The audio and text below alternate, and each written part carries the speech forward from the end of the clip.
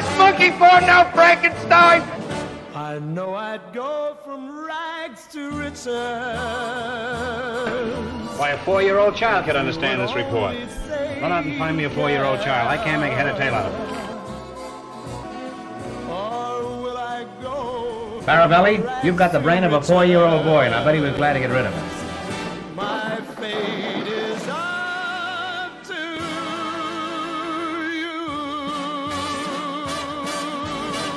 Now, I'd be getting my pants if I was you.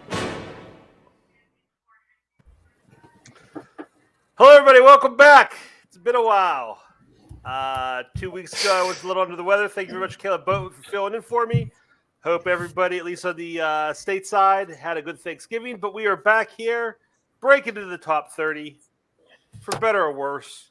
Probably mostly worse, but here we are. Jack. Yeah. How you doing? You don't celebrate Thanksgiving at the right time, but you do celebrate Thanksgiving. How are you going to do this week?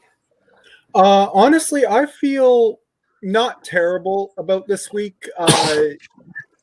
There's one pick in particular that I don't think you'll love a whole lot, but then again, you knew what you were signing up for when I was on this, when I was at this show. That is accurate. Cody, you're back. How was your Thanksgiving, friend? I almost didn't show up. I was also sick this past week, so it looks like it hit us all. If anybody did not pick up what Jack was saying, I'm guessing there's a Lord of the Rings thing coming because he's very bad at giving away what's happening. But yeah, tonight should be fun. I mean, it's kind of weird taking time off in between episodes because, like, normally this is like a 10-week grind. Now it's turned into like a 15-week grind, and it's just like killing me. So it should be fun. All right. Jake, does Australia have Thanksgiving?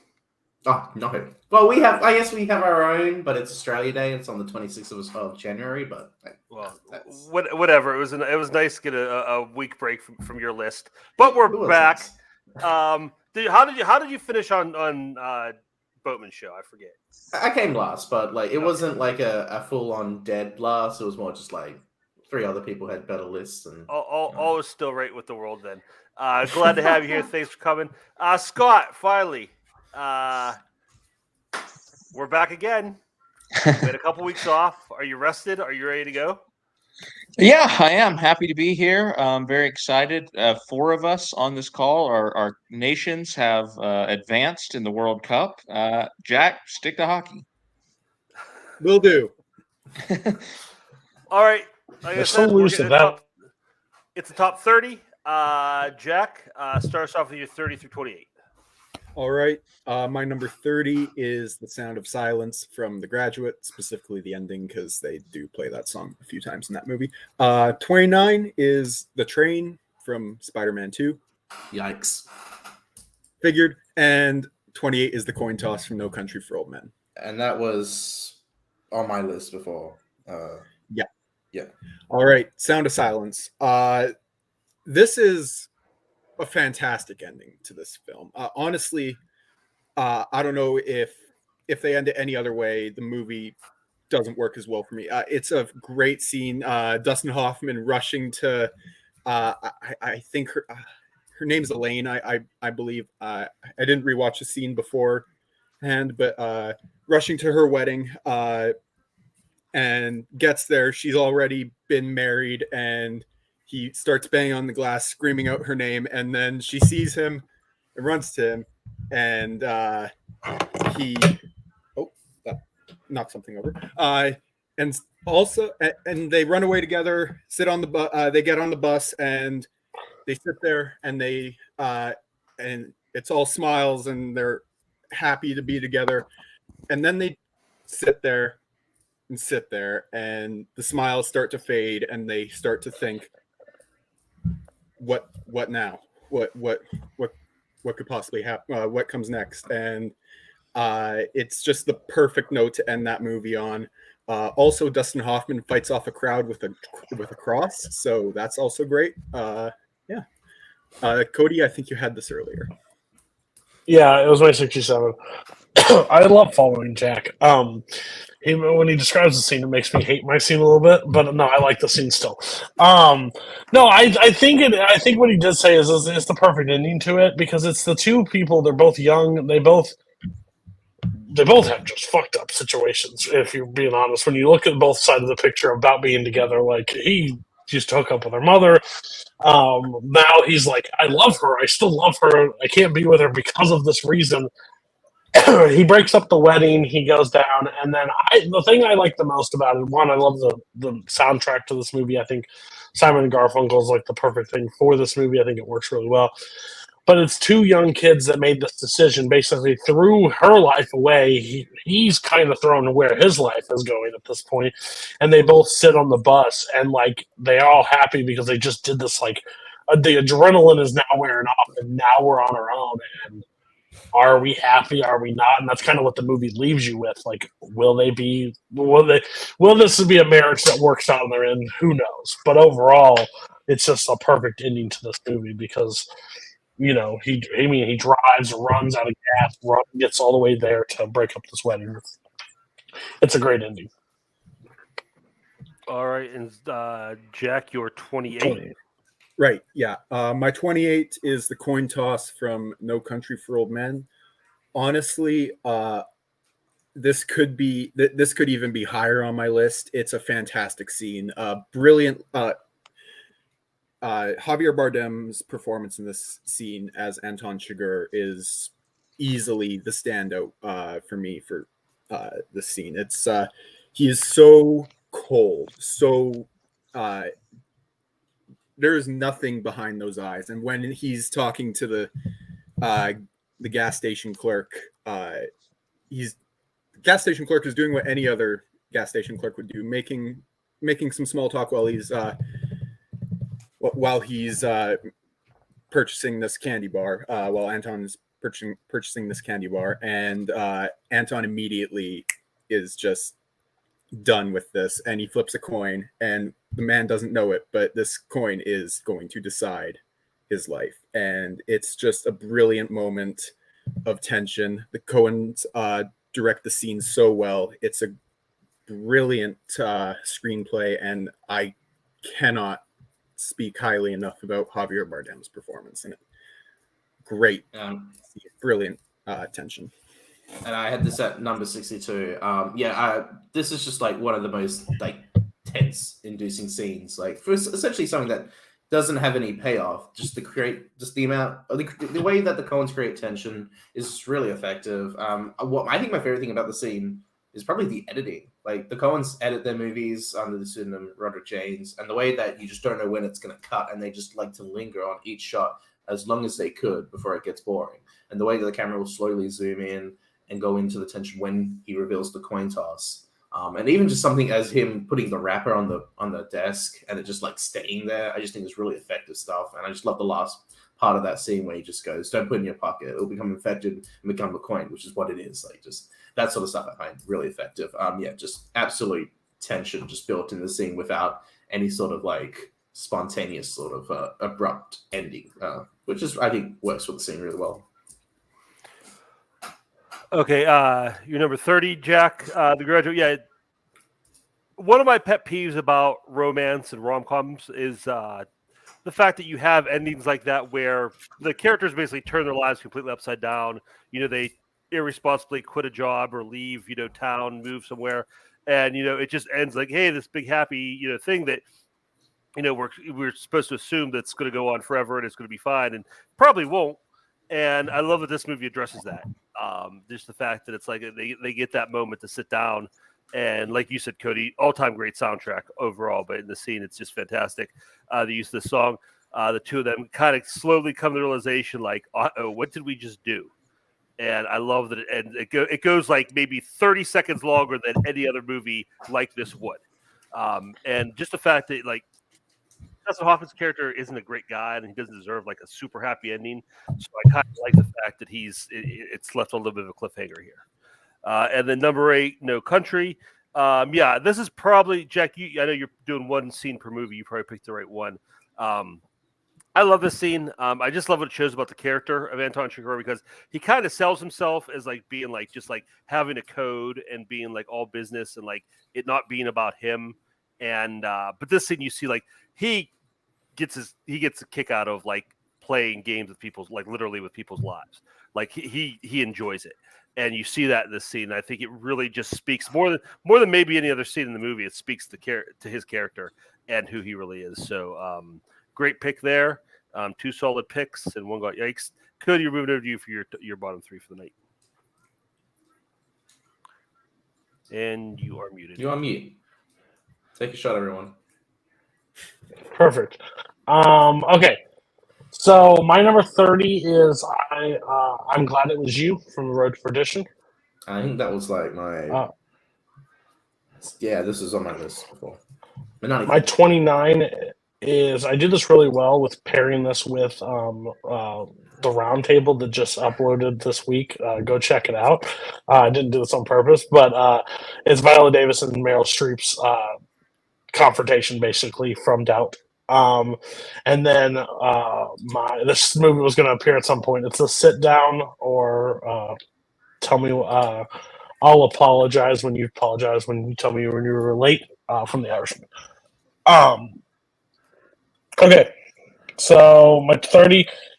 I'm Glad It Was You. I think I didn't give this scene enough credit when I first watched it, but rewatching it, I think is a absolute like fantastic like shot, directed. Everything in a movie comes together in this scene alone. It slows down. You hear the rain. You hear the score kick in. You hear basically everybody getting gunned down. And then Hanks is walking towards him. It's Paul Newman's character. Basically, if you haven't seen the movie, Daniel Craig, right? Daniel Craig is his son in this movie. Yeah, Daniel Craig is his son. Paul Newman's son makes a terrible decision inside the movie.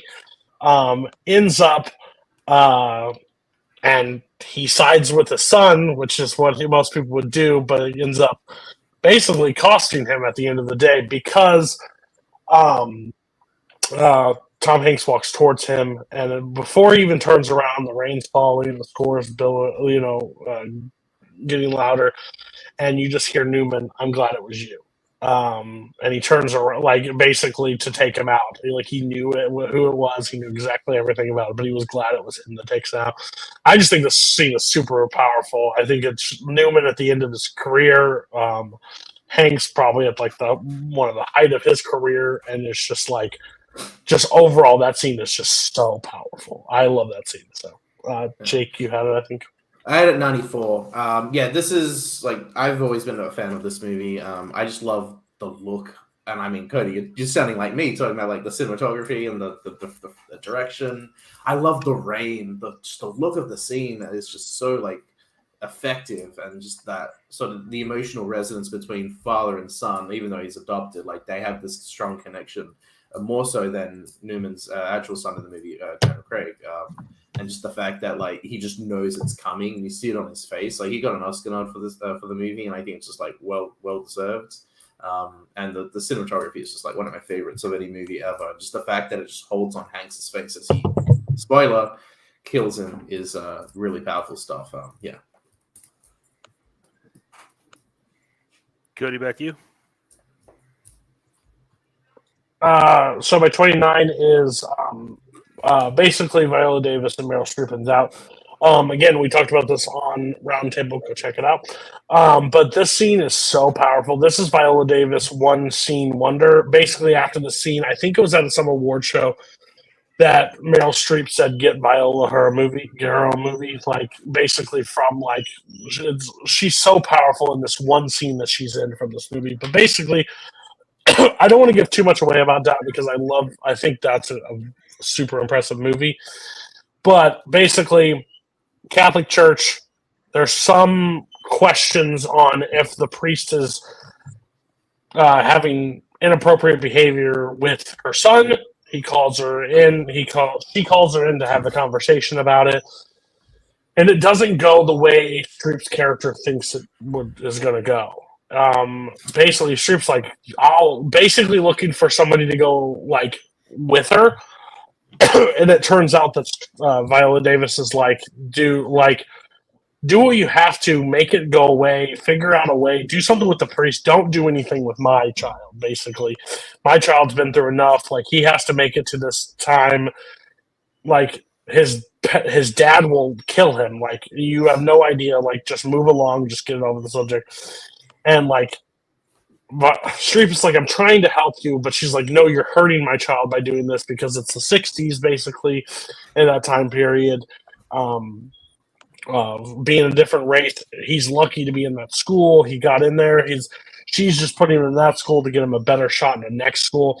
It's just a super powerful scene. Viola Davis is one of the best actresses in the world, and you can see this on display in this scene. So that's my 29.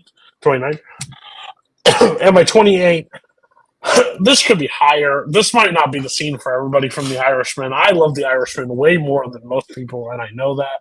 It's already in my top 10. I absolutely adore this movie.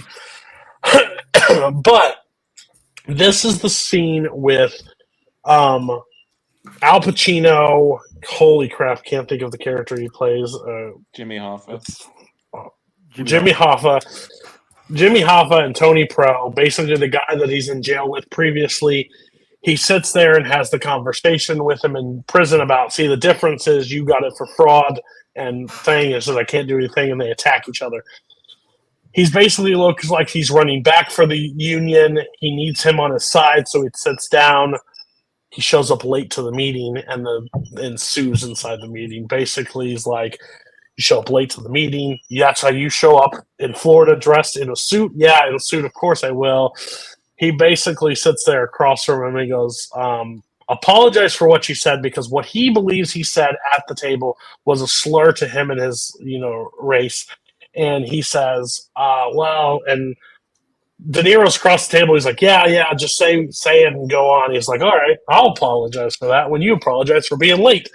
And it ensues this fight, and it breaks out, and he ends up threatening to kill his granddaughter and everything like that. It's an insane scene, but I love it because I think it's Pacino acting at his full in this movie, like the ridiculous manner. So yeah, that's my scene.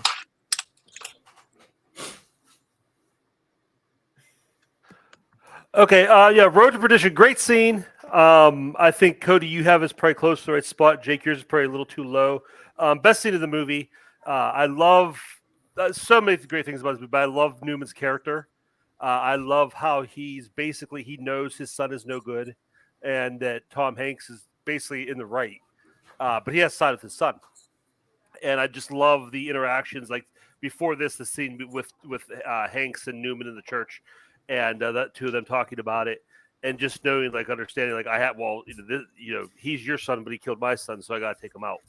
And I got to do what I got to do. And Newman was like, well, I got to do what I got to do. But they love each other like father and son. So just that connection that you followed up with this. Like you guys talked about the cinematography. I just love the sound, like there's no sound of the gun. The gun just silent. You just see the muzzle flash. You don't even really see Hanks. You just see the muzzle flash, and the guy's dropping around Newman. And then you have that last scene with two of them, and it's like, again, this is the life we've chosen for ourselves, as they say. And this is what it comes down to. It's like I completely understand why you're killing me. My son's got to go because he's a piece of crap, and because of that, I got to go. So that's just how it is. And I just love in these movies where you have that world and that culture and people who completely understand it, play by the rules. Doubt, great scene, great movie. I wouldn't rewatch the Roundtable episode. It's really good. Great conversation on it. Check it out if you haven't. I love the scene from an emotional and a story standpoint. This is might be the right pick for the movie. But there's two other scenes in this movie, and they're both between Meryl Streep and Philip Seymour Hoffman. And just from a technical aspect, the acting and the skill you see there, to me, when I think about this movie, those are the first two things I think of. This one kind of like floats to the background. But like everything you said story-wise is absolutely correct. And there's no bad pick from this movie. This might be a little high just because I put those other two higher, but still pretty solid pick. And then The Irishman. I love this movie too. I like it more every time I watch it. And it's a great scene. Stephen Graham is great as Tony Pro, and just that whole, going back to the whole like mob culture, just that whole old school versus new school, them, criticizing for how they're dressed, how late you could be or how, being on time. And I was watching an interview, I think it was with Stephen Graham, and he said that there was behind the scenes, originally De Niro didn't have any dialogue. And he looked over. He's like, I'm sitting at the table with Pacino and De Niro, and De Niro's not saying anything. That's ridiculous. So he just looked over. He's like, Bob, what would you say here? And that's where you get like, 5 minutes is okay. The little things that De Niro inserts. That's where that came from. So that's pretty cool. Just to know like how that scene kind of came together. But it's a great scene. Again, like you said, maybe not the scene from the movie, but totally understand why you picked it. So 3 solid picks for Cody. Over to Jake. Your bottom 3. All right, let's see how this goes. My number 30 is the nightmare sequence from Trainspotting. Oh, the weird baby nightmare, that's accurate as well. Number 29. We can just do the whole movie. Right, well, part of it. The climax to Blowout. And my number 28, funnily enough, I also have a scene from No Country for Old Men at 28, Jack. Master Sugar Shootout. All right, go for it. So my number 30, yes. This is when Renton's after his overdose set to perfect day by Lou Reed. He's now suffering from drug withdrawal. His parents have locked him in his childhood room, and just it's him going through basically every sort of emotion that he could possibly go through in all the negative ways that he can. And he starts hallucinating people in his life. Spud is in jail. He sees his girlfriend, I guess, Diane, singing a lullaby, friend Begbie in the sheets. Just the way this scene is presented, you have that techno underworld music playing. It's called Dark and Long. It's a really awesome song. Play as the whole sequence just goes out, and it just feels like it goes forever. And I just feel like that's so effective to the scene. The way that the room sort of stretches, like there's a part where he's in bed and it just feels like it just goes forever. And that's sort of like his mindset at the moment. And there's the part with the baby climbing up the wall, twisting its head Exorcist style, and then falling onto him. And he just, like, Ewan McGregor in the scene is just so like just absolutely effective. The way he just like portrays sort of just the anxiety and sort of the fear that he has. And I just think that it's just, really well shot. And I love how Danny Boyle just has his sort of visual style to the scene. Really effective stuff. And then it just ends with a great time shot of him at bingo or with his family. And it's just like him staying still and everyone's just moving quickly around him. I think it's done really well. Then 29, climax to Blowout. Basically the ending. Well, not part of the ending, but, John Lithgow's got the chick from RoboCop. I can't remember his name at the moment. I'm sorry. Nancy Allen. There you go. He's kidnapped her, and she's still got the mic recorded on her. So Travolta's like trying to find out where she is in the city, and it's just going based on the music. He hears the fireworks. He drives through the city, and we just get like this. And it's all taking place during, I think it's the 4th of July weekend. So you got all the fireworks and all the red, blue lights going around. Absolutely, like, just tense. Like, De Palma is known for the way he's able to create suspense and tension. And I think this is, like, his magnum opus as far as that sort of stuff, because Lithgow is so effective as the killer and as the antagonist, the way that you want... I don't want to go too much into spoilers, but I'll just say, like, you want Travolta to succeed. It makes you want Travolta to succeed. And the way that the movie that scene plays out is so effective to where he's just trying to find him. And the whole movie is about Travolta trying to get a scream for his this horror movie. He's a sound guy, and he does get his scream at the end. So yeah. And then 28, the Moss Sugar Shootout. This is my favorite scene from No Country. I do love those. I have 3 scenes on my list, but I really just love how the Coens are able to create such an effective shootout with like no music at all. The only sound that you hear in the movie is just the sounds of the guns. You have Sugar's like silencer shotgun, and then Moore's got like 12-barrel shotgun. I love the way the scene starts out of Moss in his room, and then you see the lights turn off, and then bang, it just him goes out the window onto the streets. Just the way that they shoot at each other, and they just know that they're like one-on-one, that they're evenly matched. And the way that he gets into the car, and then the guy, and then Sugar shoots the driver. All it's done so well. I just think the sound of the movie is just like really effective and is the key to the scene. Yeah, just brilliant stuff, and just like a really effective stealth shootout. The no music. It's not trying to be like this energetic scene. It's just trying to be very quiet. I think it works really well. Okay, train spotting scene. I haven't seen this movie yet. I've watched a lot of clips of it now because of your list.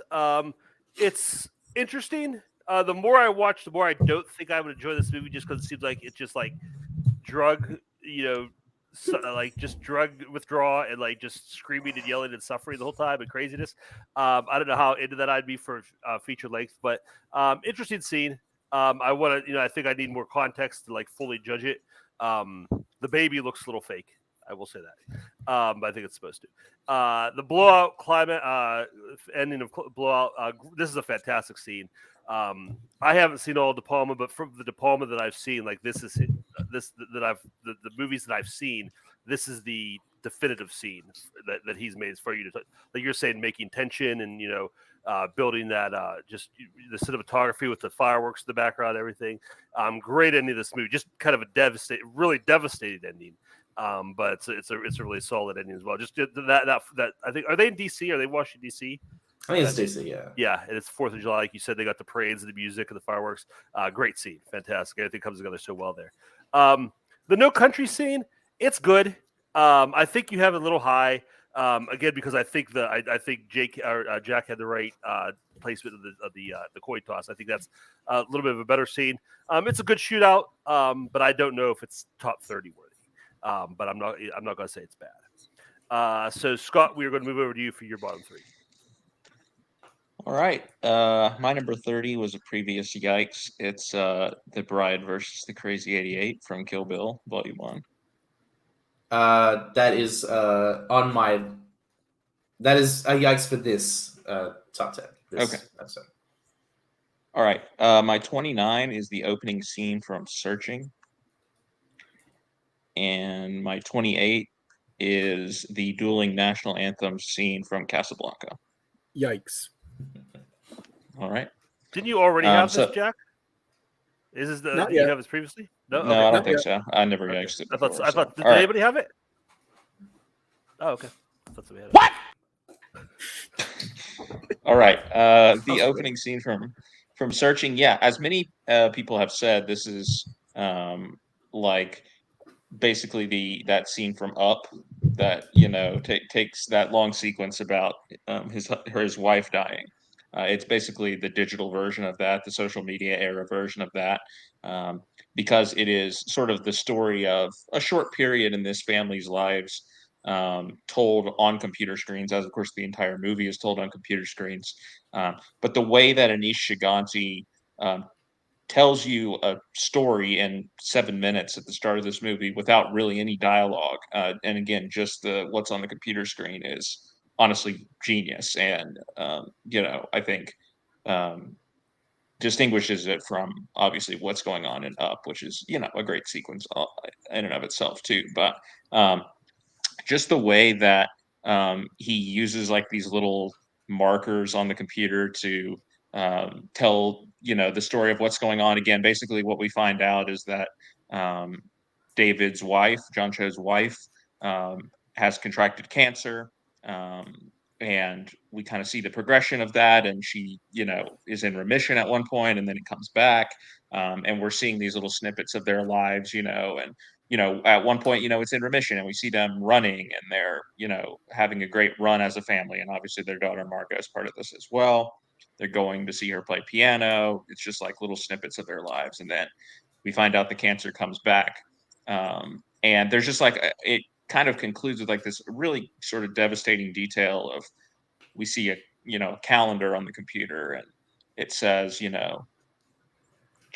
mom comes home basically from the hospital, and it starts on a particular day, and then we see it get dragged down 2 weeks, and then we just see it get deleted completely, and that's all we need to know, or that's all we need to see to know exactly what's happened. So it's perfect sort of show not tell filmmaking, and I can still remember watching this in the theater thinking I was just going in to see like a thriller, and getting hit with this right out of the gate and being like, whoa, like this was an incredibly emotional sequence. And I think what makes the movie so incredible throughout is that it really keeps that emotional through line going throughout the entire thing.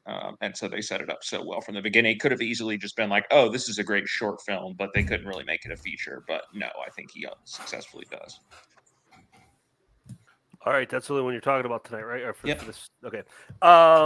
Yeah, I watched this movie for your top 100, and I thought like, oh, this movie is just gonna be like a cheap gimmick, and it's gonna be like just. There was I don't know if it's before or after this, but they did an episode of Modern Family like this, where it was all on a computer screen. So that's what I had in my head when it was when I went in to watch this. But I loved it. I thought it was great, and I think this you hit the nail on the head. It's basically the Up. It tells the whole story of this time, this family's life, just from everything on the computer screen, and it just done so. It uses so many different ways to tell it. There's so many different files and pictures, like you said, calendar dates and things like that. And it uses the whole buffalo basically when it comes to the computer. Like every program, every app pops up and plays a part in telling their story. I think it's really well done. So this may be no, I won't say it's too high. I think this is a solid place for I like his pick. So that is everybody's bottom three. So we're getting the meat of the order, and everybody's going to get to battle this one. Jack, we're coming back to you for your 27. All right. My 27 is The Final Vote from 12 Angry Men. Clarification: does this include? This is juror number 3's break, like where he totally breaks. Okay. And, yeah. Then yikes. Yeah. Figured. Just making 26, sure. Yeah, 26. Now you know the ending from The Lost Weekend.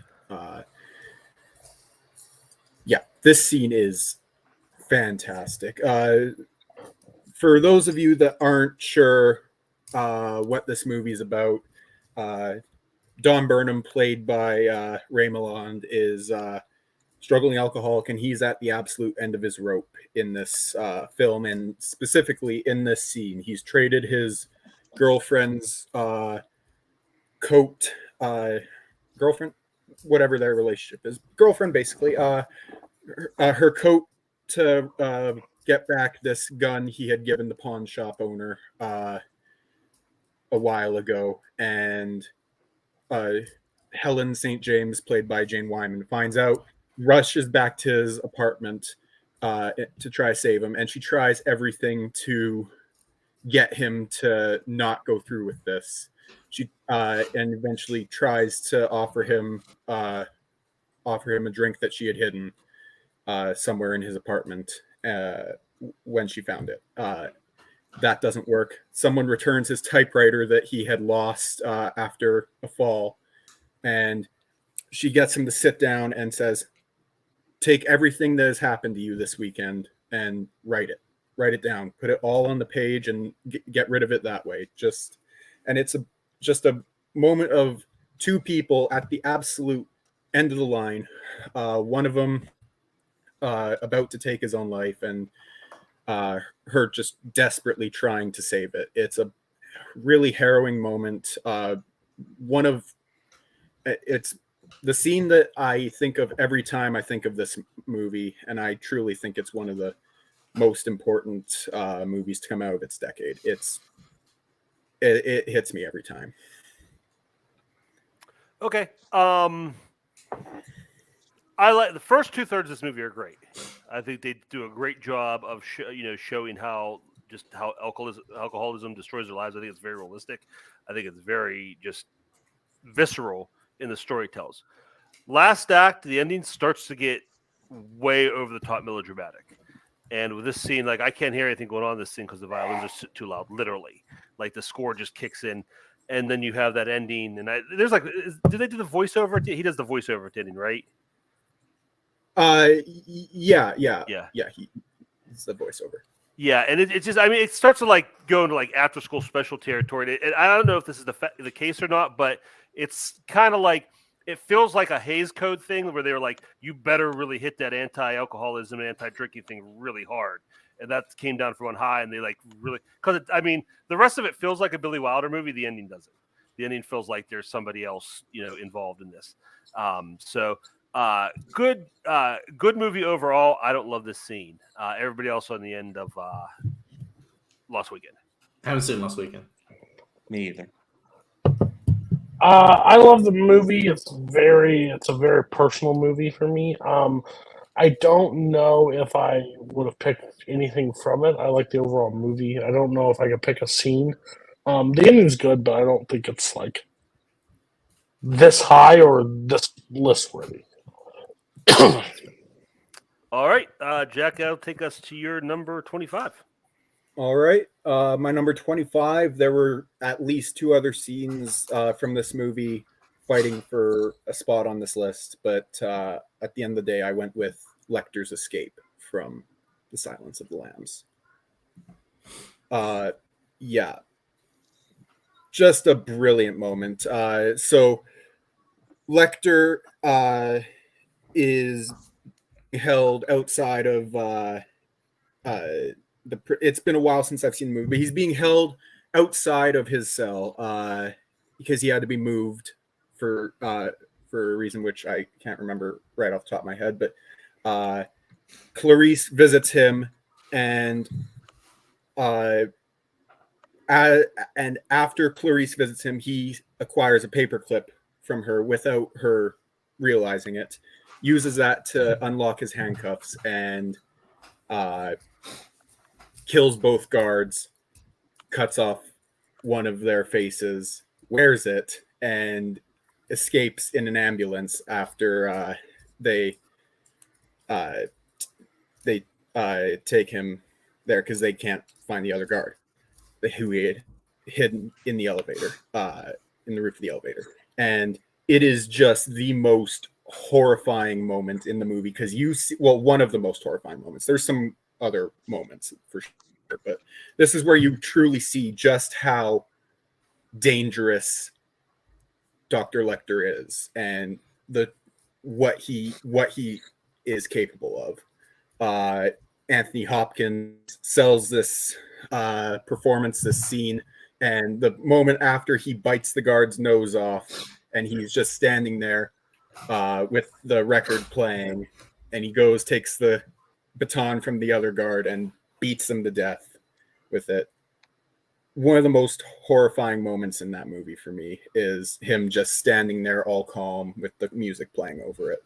And then as soon as he sits up in the ambulance, I feel like my heart just skipped a beat while seeing that, and I had to take a long break from that movie. That's an incredible scene. Great tension. It's a solid scene. Did anybody else have this? It's a solid scene as far as just like showing what the character's capable of. And I love Hopkins' performance in this. There's a part of this, it's real subtle and it's easy to miss, but when they're putting the handcuffs on him to lock him to the cage when they get in, he does this thing where he like looks off to the side and his eyes just go dead.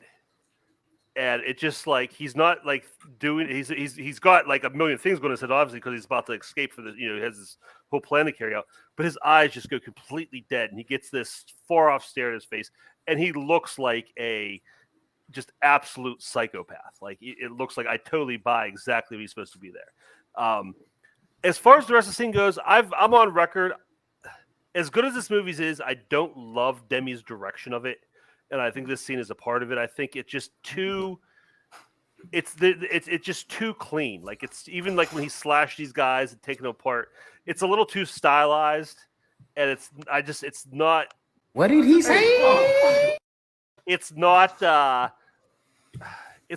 dirty enough for this character. It's not messy enough. So it's not bad, and I respect everybody who likes it. I respect everybody who likes the movie. I am a Manhattan fan. You're right, Garth. But I don't. That movie has no stylized shit whatsoever. It's a lot rougher around the edges than this one is. Michael Mann famously not stylistic at all. But that's just my take on it. I don't hold it against you for having it. I don't have it against you for having this high. Everybody else on the escape scene from Silence of the Lambs. Scene, not movie. I think it's a great scene. I really, it's very terrifying, as Jack said. I think any scene with Hopkins in this movie is some would say the only highlights of the movie, but that's just me. But he's great in the scene. I know I'm in the minority on this, but I love the classical music as well in the background. It really just sort of like it's a nice like discordant note, obviously, with what's going on in the scene. Scene and movie, I think, are incredible.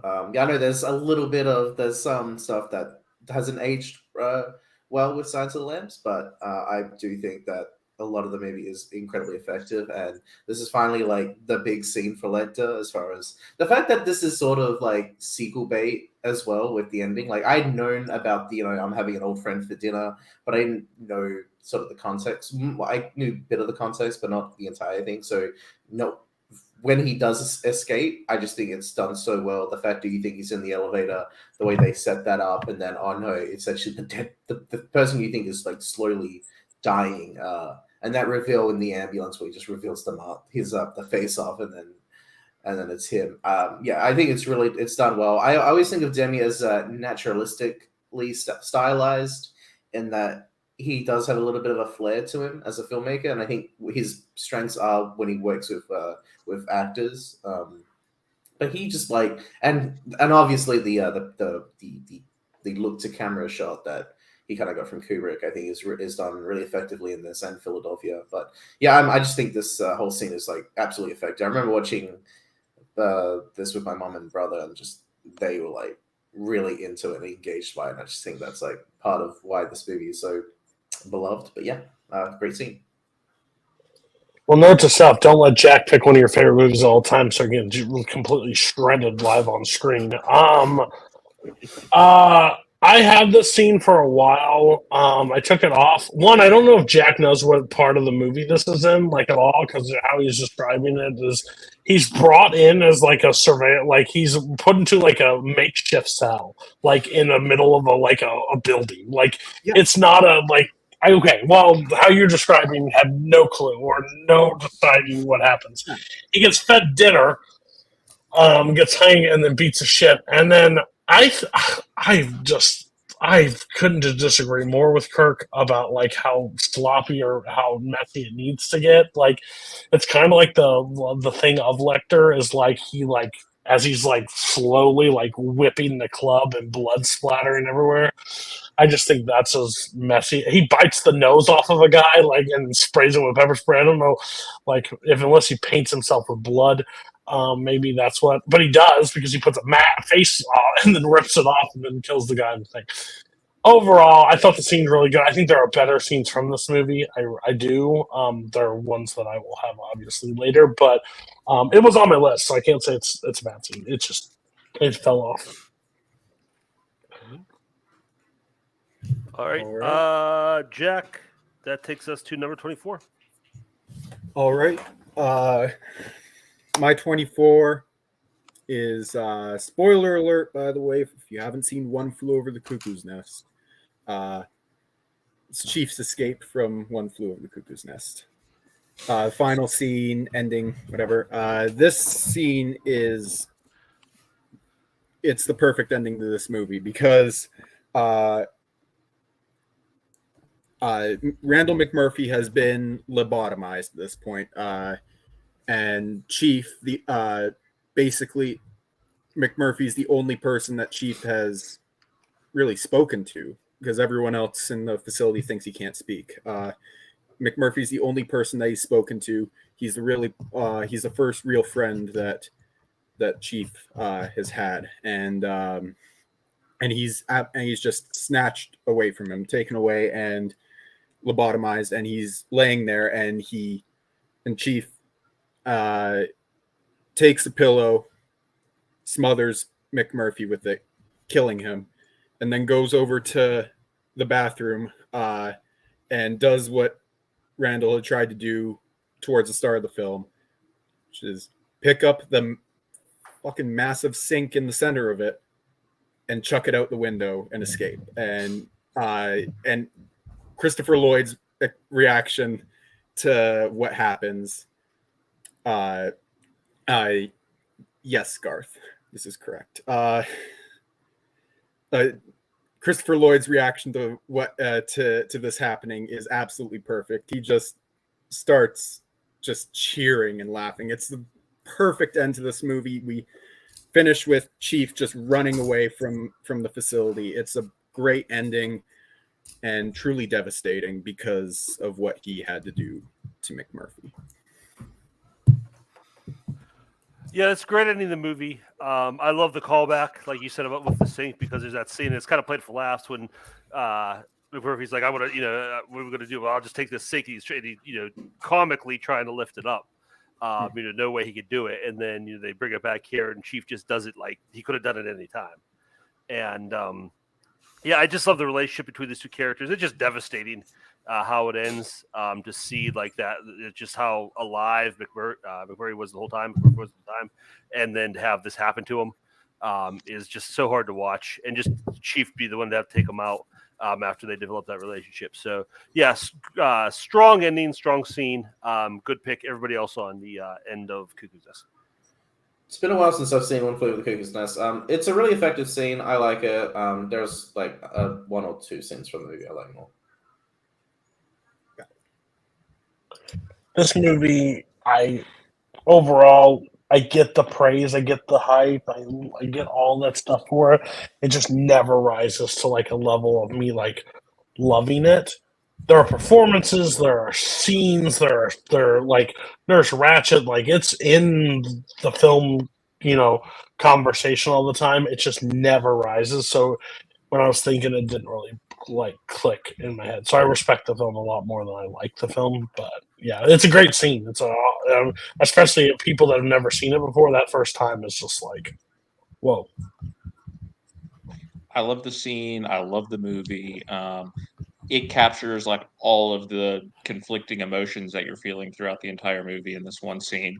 I will say that I read the book before I saw the movie, and I do like this scene just better in the book. I mean, it's a weird comparison perhaps, but you go on a longer and, more involved journey with the characters, obviously, in the book. And so it feels even more rewarding when you get there. But I think they did as, great a job as possible in the constraints of a film portraying this moment. All right. Cody, let's go over to you for your number 27. My number 27 is the Guilt of the World speech from Judgment of Nuremberg.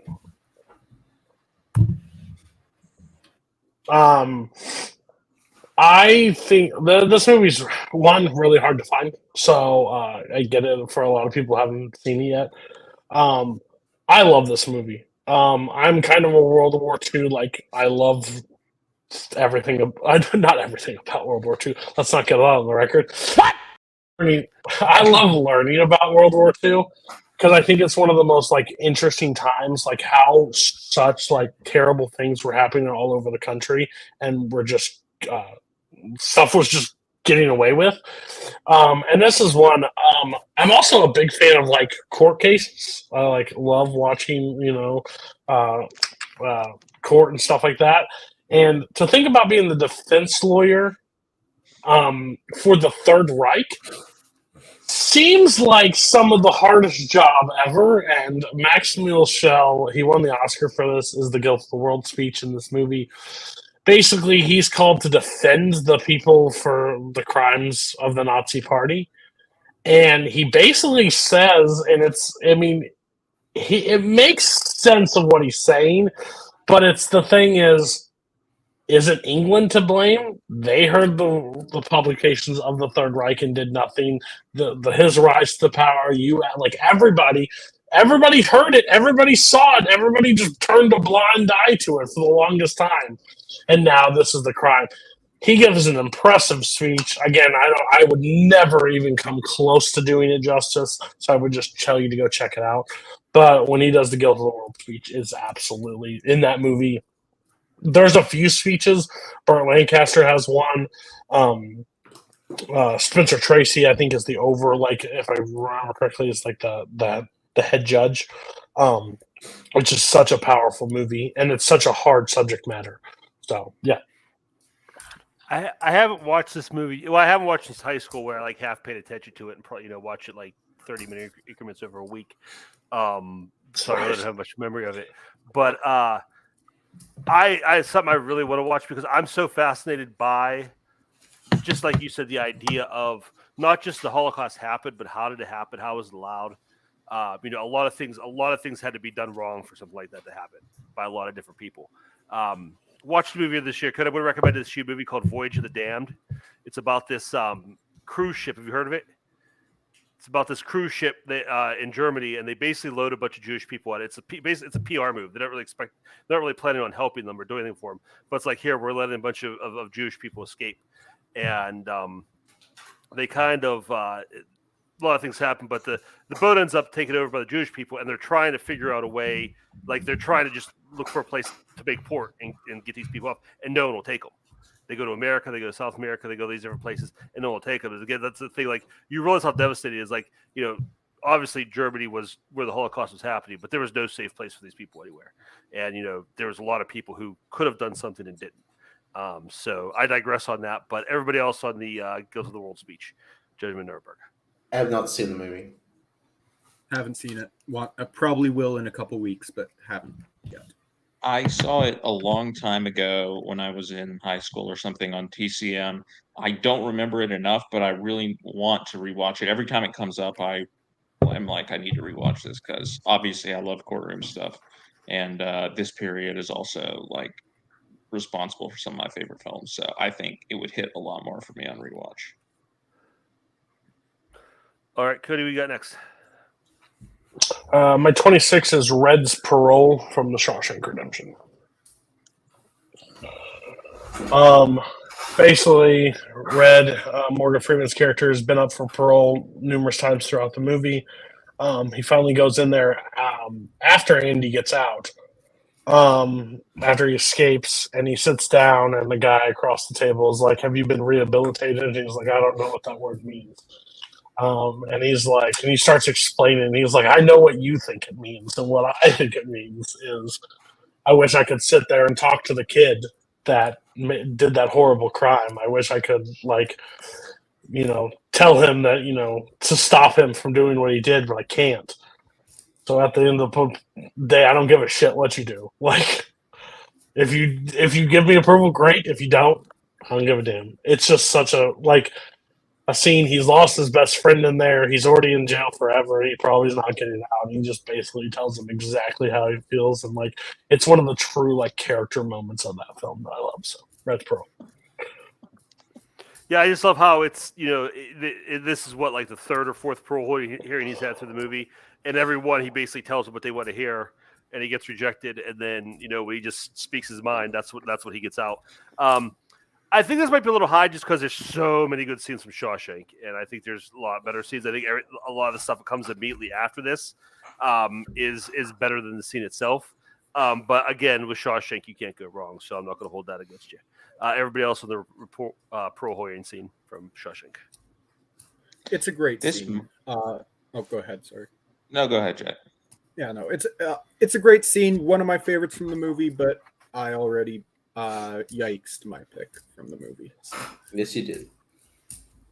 This is probably my favorite scene. Like Kirk said, there's you're spoiled for choice a little bit, but I mean, I really like the portrayal of prison in this movie, and this really gets right to the crux of there's not any rehabilitation to be had in a place like this. Just like Cody mentioned, that whatever they say is the primary goal of prison is certainly not achieved by the way that it actually plays out in practice.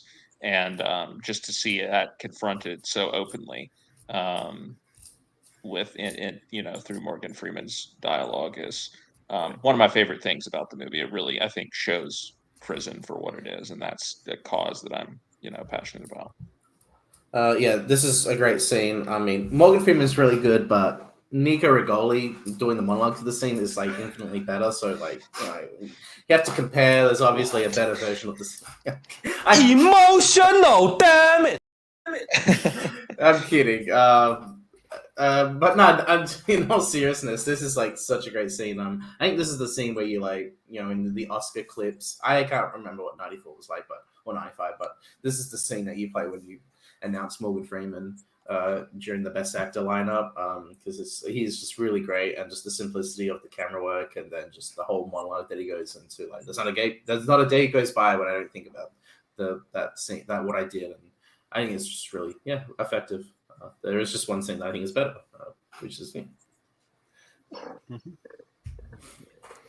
All right, Cody, that takes us to your number 25. Nothing I love in movies more than something that you just want to scream at your TV.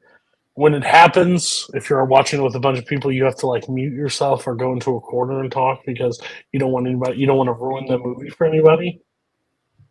South of scene that I've done one time with a person on call, but this is another one. It's number 25. It's Maximus's speech from Gladiator. Yes. I had that earlier. He walks when Joaquin Phoenix, the bitch himself, walks down to the pit and goes and talks to Gladiator.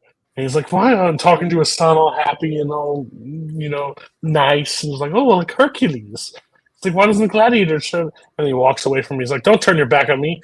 And like, he literally just takes off the helmet. You see and then Russell Crowe turns around.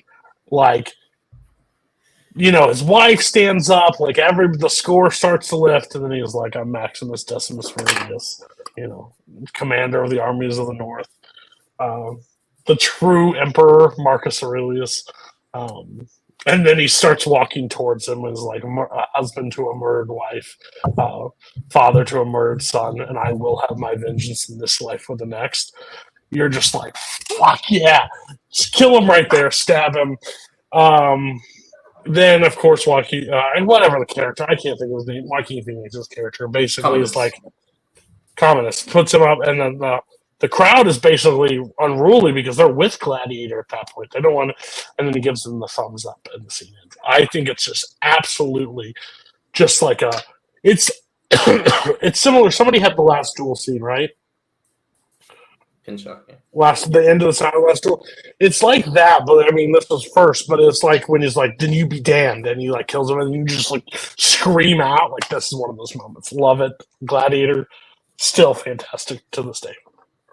Yeah, this is my 31, and I can't agree enough with everything Cody has said. It's just one of the biggest fuck yeah moments in movies for me.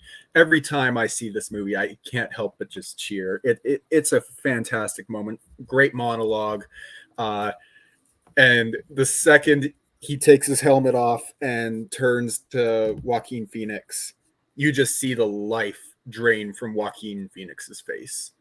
Just he knows he is screwed, and so when that monologue is just perfect. When he says, "I will have my vengeance in this life for the next." Yes, I love this scene so much. I watch it all the time. It's a great moment. Yeah, one of my favorite things about Gladiator is just the way it plays out, where Commodus, the emperor, is beholden to the mob, and just the role the mob plays and how he kind of he can't just kill them outright. And Maximus knows that he's playing the game too. Like, he's learned how he's worked his way up from the minor leagues to this, so he knows how it works. And that's why he's able to make this speech. So I just love that back and forth between here. Like, Commodus is scared, like he's the emperor, he can just kill the guy, but he can't in front of the crowd because the whole reason he's doing this is to win the crowd over. So I just love that little like cat and mouse game in there.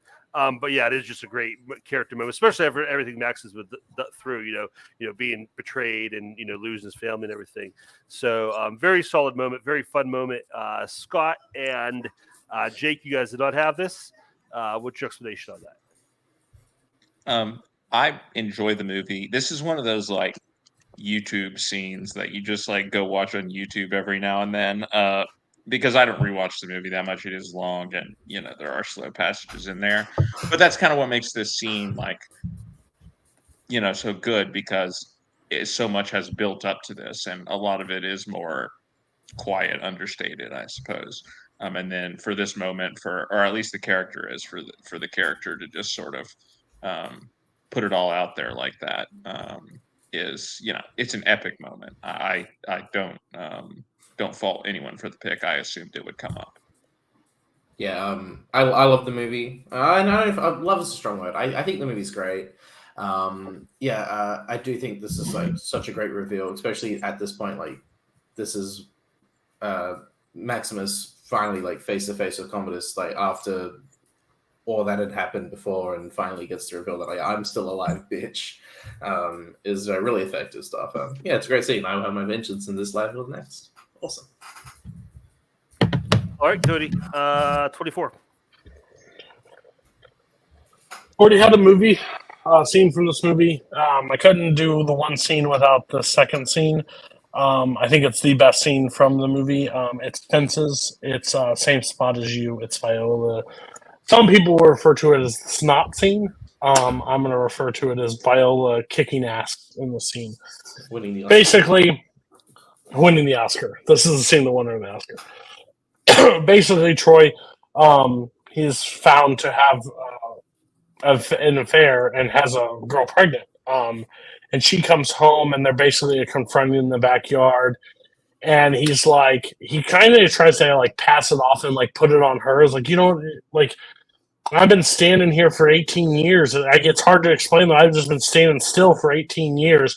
And that's when she like screams, I've been standing with you. But I stood with you by everything. I knew that you weren't a good person. I knew you weren't happy. I knew you were a miserable person. Blah, blah. I knew everything about you. But I stuck by you. I stood right next to you. I stood right toe and toe. I knew that I put all this water your heart, and I knew nothing would grow. I knew you were but I've been here. And she like pours her heart out that it's just basically a person that stood by somebody that didn't love her the same way that she loved him, but she never wavered. She didn't want to. She knew there were better things out there. You didn't think she wanted to be loved by somebody or actually cared for, but she stood by him and basically standing by him for 18 years got her nothing and got him just this. And it basically is the same scene that shows like Denzel's like Troy is just crumbled because he's lost the one support that he has, and he's normally been able to talk or work his way out of something, but this is just it. It's over. I think it's such a powerful scene. I think she's so impressive. I think her acting ability is like insane. I think she's one of the best actresses that's ever done it, and is currently working right now. I think she's that good. Yeah, this is just so real and so raw. Her, you're talking about the snot, the tears, and everything. It's just so real. Like she just brings so much real to it, and it doesn't sound like written words. Like it sounds like because she just keeps repeating herself, and it doesn't sound. It's not a real flowery speech or anything like that. It's just her like pouring her heart out in the limited way this character is able to. Finally after all this, like you said, after all those years, finally getting those feelings out. And she's great at it, but I think Denzel's really good at it. Just his reactions.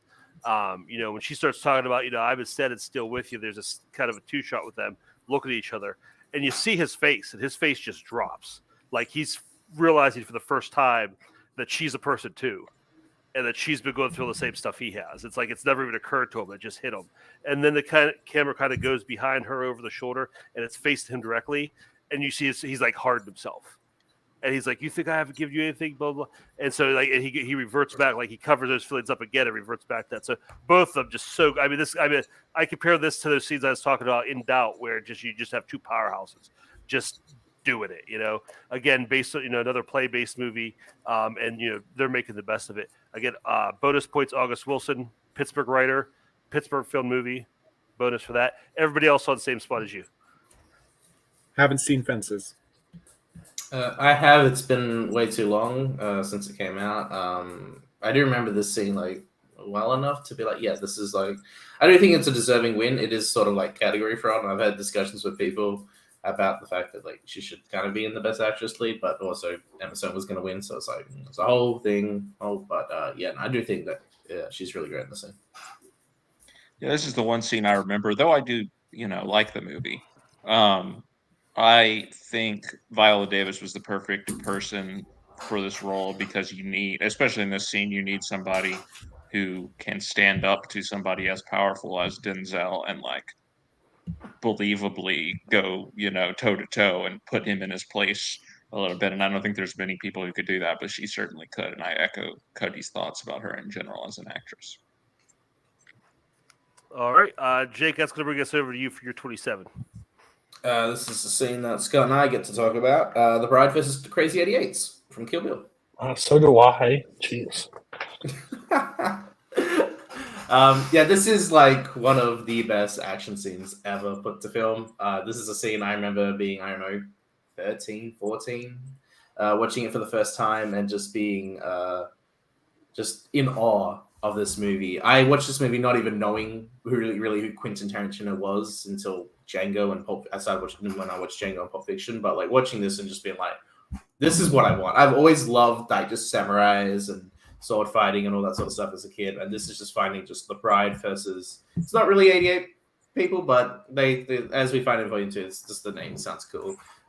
Just everything about the scene, the build up. You have everyone surrounding her, and then you have the scene where she gets the guy's eye out and then goes into black and white, and just this whole sequence plays out as she flips around, moving of the scenery. You have some music play throughout the scene, and it goes into the scene with the blue background. It's just the silhouettes of each of them fight. It's done so well. It's the perfect length for this type of scene where it's 8 minutes, 10 minutes. Really effective stuff. I just have always. This is a scene that I would just watch like all the time in high school, like on like study breaks and shit. So I'd be just watching the scene because I got nothing better to do. But everything about it is just really effective. The part where she like flips around on the floor and just starts chopping everyone's legs off. It's just fucking funny. Just really good stuff. I've always loved Kill Bill. It's it's my favorite Tarantino. And this is one of the best scenes that he's ever made, in my opinion. And who? I had it next time. You had it tonight, yeah, good. Yeah. I mean, like Jake said, this is one of those scenes. Like when you watch it for the first time, it's like a religious experience. Like you're watching, you're like, this is probably the greatest thing I've ever seen. And it's up there for sure. Just the insane, over the top, like gleeful choreography of it is pretty much unmatched. And it really captures what I love about a lot of Tarantino's movies, again, which is just sort of the showiness of them and the fact that he is not afraid to just be like, look at me, I'm making a movie, right? And somebody, of course, the average audience member is going to be like, oh yeah, well, the Bride is not going to kill 50, 60 people or whatever. Of course not. She's just one person. And he's just kind of like, well, why not? It's a movie, right? If we want to make it happen, we can make it happen. And he does. And yeah, all the just insane acts of violence, ripping people's eye, ripping the guy's eye out. She splits the one guy like straight in half. It's just so much fun to watch. Mm-hmm. Yeah, it's just so much fun to watch. I won't add a lot. This was my 77. I think the only thing that's different is this says Kill Bill Volume 1. Mine would be The Whole Bloody Affair because it's one cohesive unit. But show, buddy. Still counts. It was on your show. It was clearly on your show. I did it on your show. This scene is just absolutely chaos. I'm not into like a big martial arts like movies and stuff like this. This is like one of the first ones that I remember seeing. I'm hoping to change that, with watching more movies. But yeah, this is just absolute chaos and craziness and what they're able to achieve in the scene. And like, it's basically overkill, but it never feels like that the entire time. Like the scene could be even longer. I'd be okay with it. Just what they're able to achieve in this scene is just absolute brilliant. So yeah, they said everything else. So. And Jack, you didn't have it right. Okay, of course.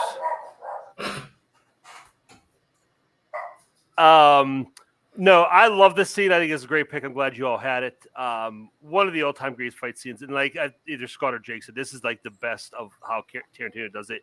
Just that over the top. Like this is like the personification of it's so much fun, Jan. Like just complete like just complete like body parts flying everywhere, and I love how they go black and white. They kind of had to because there's no way they're with that much blood they're getting an R rating without going black and white. But they do it stylistically, and they, like you said, with the different backgrounds and silhouettes, all the different stuff. And also, this is maybe the best example of Tarantino borrowing from other movies he loves. There's Bruce Lee in here, there's Kurosawa in here, a lot of different influences you see, just brought together to make something new and something great. So yeah, this is a fantastic fight scene. Jack, you didn't have it. Tell me why. Oh, it's a great scene. It was on an early draft of my list. It got cut. Great scene. Don't fault anyone for having it. Honestly, yeah, it could be on my list on any other given day. But all right, Jake, number 26. Number 26. This is a weird one. I'm happy that I have this. This is like one of the funniest scenes I've ever had in my entire top 100. Ever since I was a kid, I really watched this scene a lot because of my parents. It's the broadcast sabotage from Bruce Almighty. Talking about a scene that is one of the best ever as far as comedy goes. And with Jim Carrey. Basically, he's upset that Steve Carell got the anchor job instead of him, and he now has got powers. So he's just basically gonna fuck with him during his first time as the anchor. He plays with the teleprompter, gets him to say shit like "my tiny little nipples went to France" and all this stupid shit. Makes his voice squeak, makes him fart. It's just, and then he ends with him just making him speak gibberish. There are very few times I've laughed more than Steve Carell going. That shit just always got me as a kid. It's just really fun, just also power play. The fact that he has god powers and he can just mess with anything. And the way he fucking does it with Steve Carell, I do the cha-cha like a sissy. The shit's just really funny to me. I remember my mom tells the story that when her and my dad were on a plane, they had that movie play in the airplane, and that was like the scene that everyone was watching and everyone was just laughing during that scene. It's just really funny, and the way that Jim Carrey is also able to just play with Steve Carell is just really great.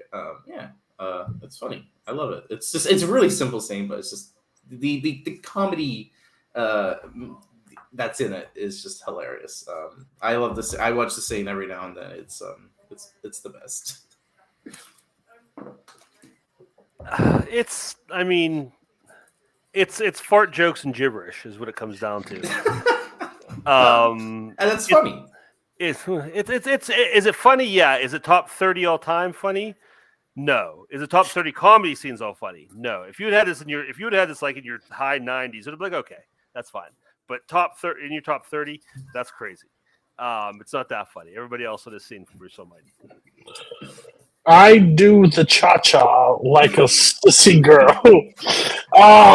I've been on record. Steve Carell, I can watch probably like an hour of Steve Carell just laughing. And I think he's literally one of the funniest human beings that has ever graced the screen. I forgot all about this movie. I'm going to be honest with you. I just did. For some reason, my family really liked Evan Almighty. I like that. That's fucking crazy. Well, I can't. You can't pick your family, all right? You can choose how much you talk to them after you move out, but you can't choose them. When he does that, I still would cry to this day. I'm pretty sure. So 26, I think it's low. You have The Bride versus Crazy 88, and then right next you have this. There's just no level to where you put things, which is great. So hats off to you. So this scene is great. It's the only scene from the movie I've ever seen. But it made me laugh every time I saw it. It's been a while, but thank you for putting it back in my head. I saw Evan Almighty, though. Don't know why. I've never seen this, and just based on the description, I'll pass. But watch the first half. And then don't watch the second half because it sucks. Sure. I won't watch either, but thank you. All right, Jake, 25, please.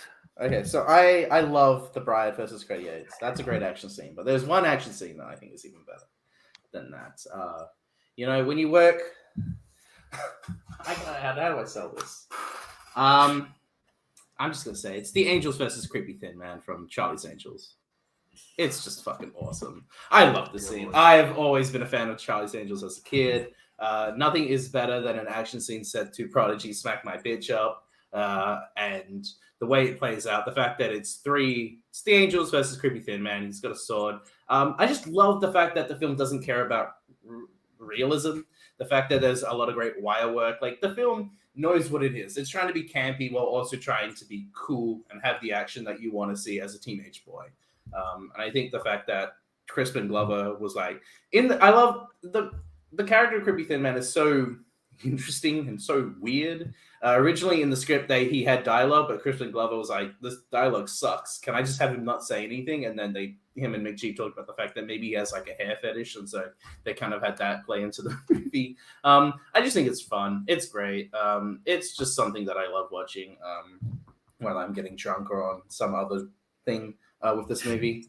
It's just absolutely exhilarating, and I have like a massive nostalgia for this movie. I remember pretending to be sick from school when I was like 8 or 9, and I just stayed home and ate ice cream and watched Charlie's Angels. And that's like the memories that I have of this movie, and it's awesome.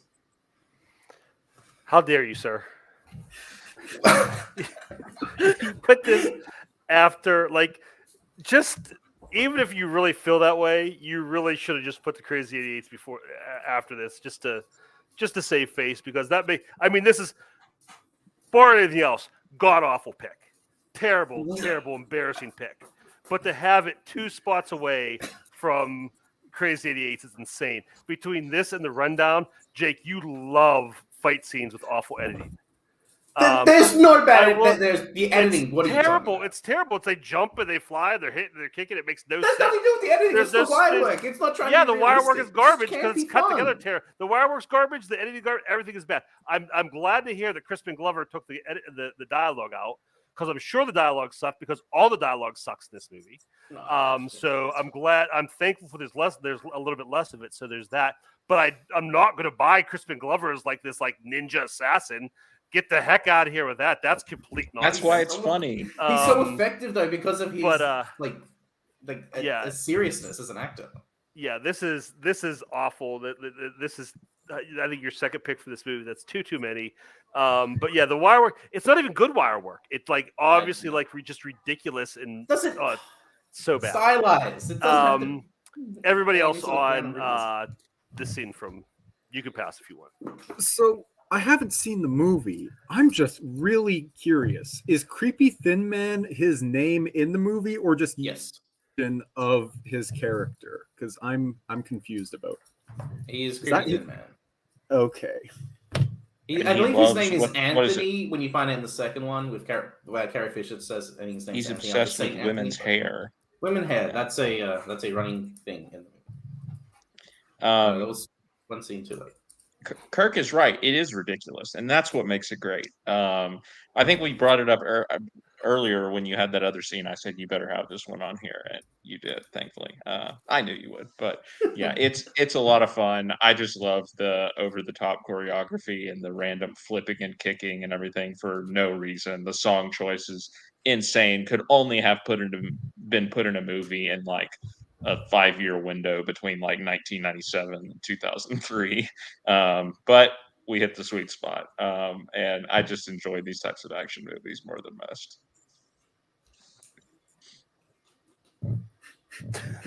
No, come on. I want to hit Cody. Come on. God damn it.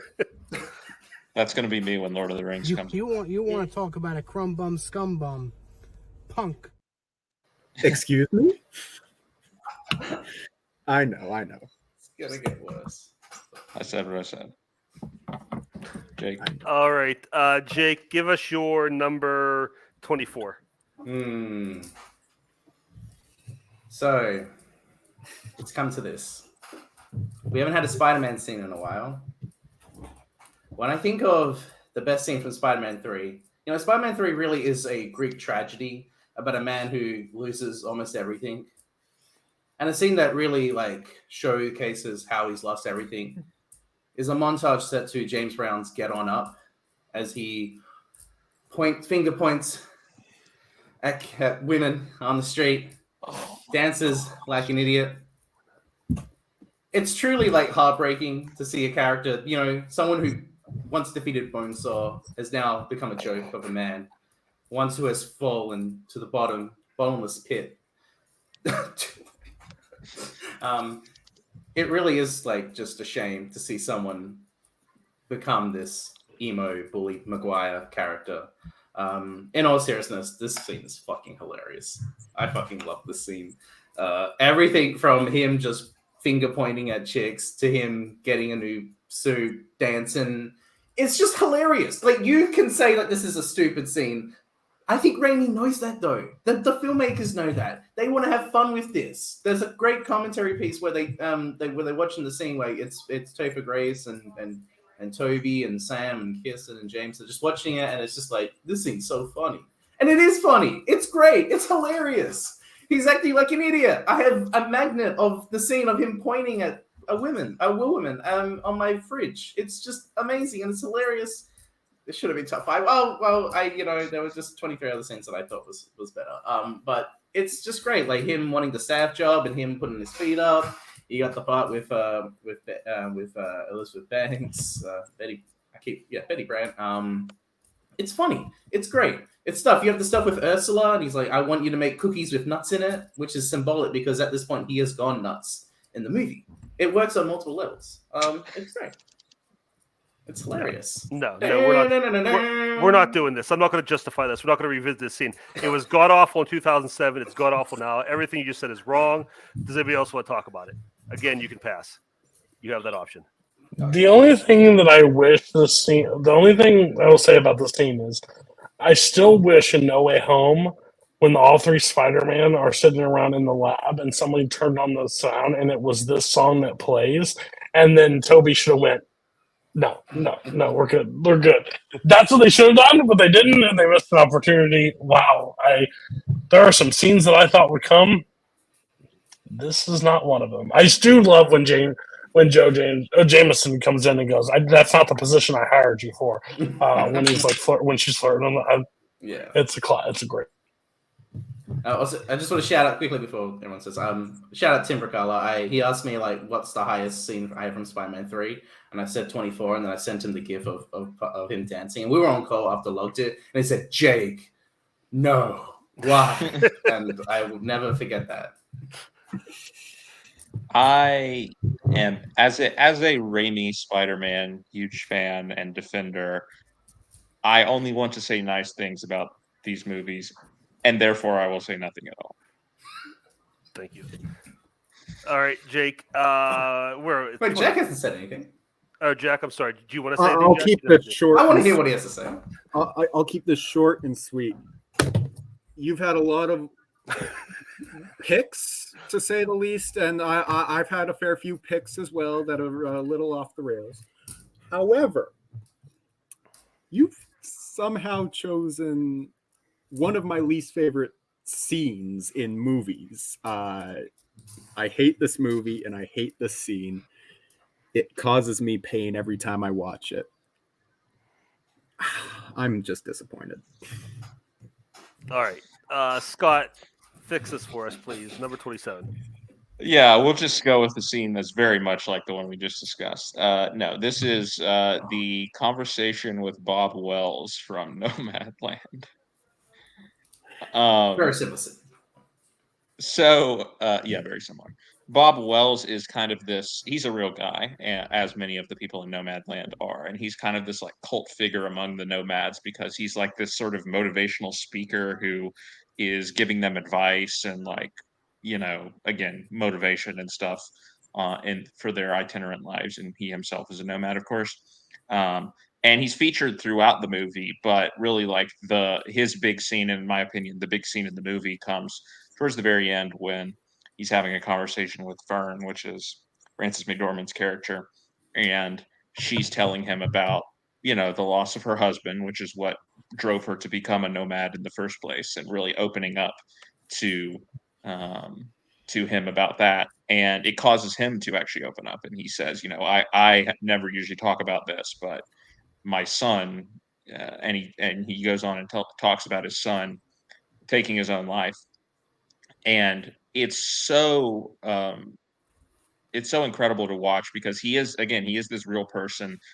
I was not able to find any like confirmed validation of it, but I think he's probably describing his real life experience, and watching him like very authentically break down as he's doing it is just very powerful to watch. But then the sentiment that he goes on to express, I think too many people like just say, "Oh, this movie's so depressing." But I think there's a lot more to it than that.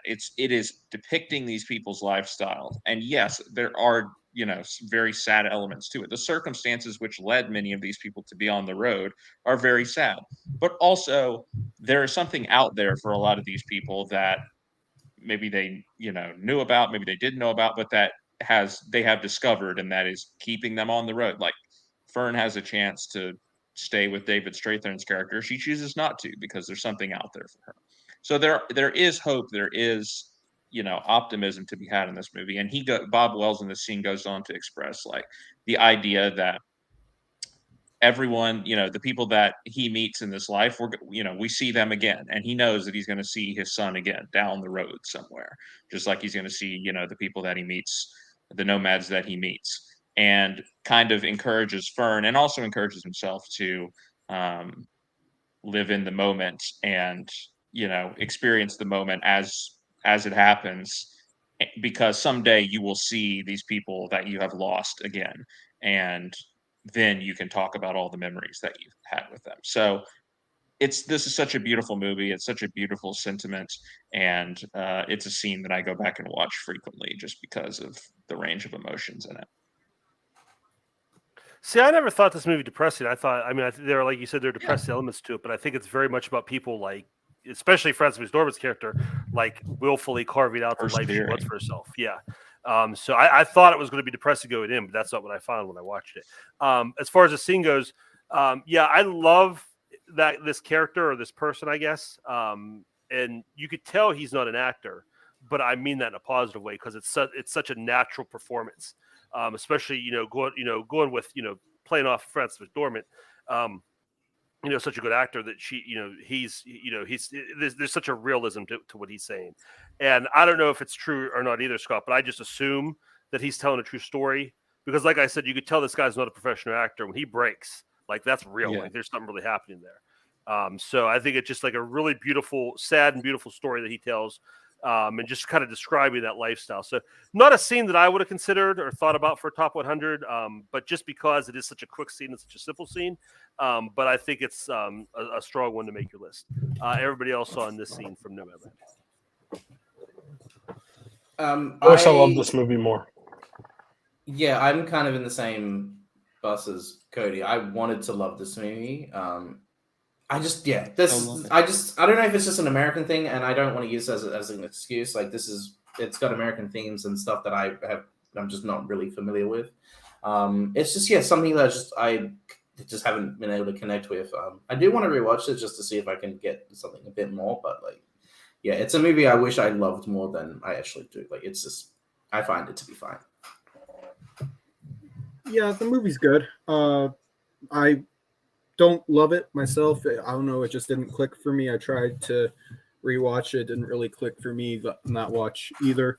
McDormand's very good in this film. This is probably my favorite scene from the movie. Just wouldn't make my list. Okay. Scott, number 26, please. All right. It's time, everyone. It is Beth's Last Christmas from Little Women. So because of the way that this movie's edited, it's a little difficult to delineate scenes in a way. So I just kind of, crafted out a piece that I wanted to, that I think makes sense cohesively. But basically, we sort of, this is obviously we're flashing back between the past and present throughout the entire movie, and we get these sort of identical scenes of Beth being very sick, being put to bed, Joe goes and lays in the bed with her, and they fall asleep. We first see it in the older timeline where Joe comes down the stairs, and she wakes up. Beth is not there. She comes down the stairs, and she goes into the kitchen, and Marmee like turns around from the table, and we see that Beth is sitting there, and she's okay, and Joe hugs her, and then we get this moment of the final. The Christmas morning with all of them there. And this is when Bob Odenkirk comes home, right? The now famous image of him coming in and saying, "My Little Women," and appearing for the first time. And they're all sitting and having Christmas dinner, and it's so lovely. And they're all together. And you have like the warm autumnal color palette, obviously, which, designates the past timeline. And then we very harshly cut to the gray palette of the more present timeline. And again, same thing happens. Joe wakes up. She goes downstairs just as she did the other time. But and Saoirse Ronan, such an amazing performance. Even the way that she walks downstairs and walks really slowly and with this look in her eyes, it's like she already knows that this time is going to be different. And she walks in, and Marmee turns around just as she did before. But this time there's no one sitting there. And Marmee starts crying, and we know exactly what has happened. And again, like I was saying with the searching scene, that is just masterful filmmaking to tell us everything without any words. It's so much more powerful than it would be if they explained what happened through words. And I think the timeline decision that Greta employs was brilliant throughout the movie, but this one moment to me justifies the whole thing, because the contrast that she draws between the past and the present is just so devastating and weaponized for maximum emotional impact. So I think it's so brilliant. Yeah, I went back and watched this, and like you said, the way it's cut now, this is the only version of Little Women I've ever seen, and I never read the book. And you alluded to it, Scott. This is the way they do the time jumps is original to this story, right? This version. Mm-hmm. I think that was a great choice. I think this is the best use of it. Like you said, just the mirror images of the two different situations, and just tell you that story with with the silence. Really well done. Great performances, minimalist performances all around from everybody in those scenes. I think for me it's a little high. I understand why you have it here. I'm not going to begrudge you. Everybody else on the Beth's Last Christmas and Death of Little Women. This is a fantastic scene, a fantastic movie. I've seen the movie twice, and even still, I always forget that it's two different. That whole sequence it's two different narratives, or two different, two different narratives as far as past and present. I always, when I first saw the scene in the cinema, I always thought that was a dream sequence of her getting up and seeing that she's alive, and then it cuts to, oh no. I always just thought that was a dream sequence, and it wasn't until my second viewing when I was like, oh, okay. And I think the way that Gerwig really plays with expectations and editing in the whole movie, honestly, is really effective. Just to see how things have changed and how things are different. This is definitely a heartbreaking scene and very powerful stuff. It bottles you up, and then bang, the reveal happens. Really effective stuff. Yeah, this is. I've only seen the movie all the way through once, though it is on fairly regularly at my house. It's one of my sister's favorite movies, so I have seen this scene quite a bit, and it is very well done. Like you said, how Laura Dern turns towards Saoirse Ronan, and Beth isn't there on that time. It's a very well done scene, very minimalist filmmaking, and so a good scene, just doesn't make my list. Couldn't tell you what the scene is. I've seen it one time. You don't remember when one of the main Little Women dies? That didn't stand out to you? I mean, yeah, sure. I remember her dying, but do I remember everything I remember? No, not enough to draw back. I mean, I've seen it one time. So. And you missed a trivia question from it. I'd only seen it like 10 times at that point. Hey, Scott, before I've missed a Spider-Man 10 question, times? a Venom question. It happens to all of us. Then you're not. Scott, before you go on, Jake, I got to ask: did you just message Michael and Zach to tune in and watch you talk about No, Spider-Man? I swear to God, I did not at all. I swear to God. All right, Scott, what do you got next? Probably the best romantic chemistry in movie history. This is George Clooney and Jennifer Lopez in the trunk from Out of Sight. Wow. This is like their first meeting, and they've basically taken Karen Sisko, which is J-Lo's character, put her in the trunk. George jumps in there with her, Jack Foley, his character.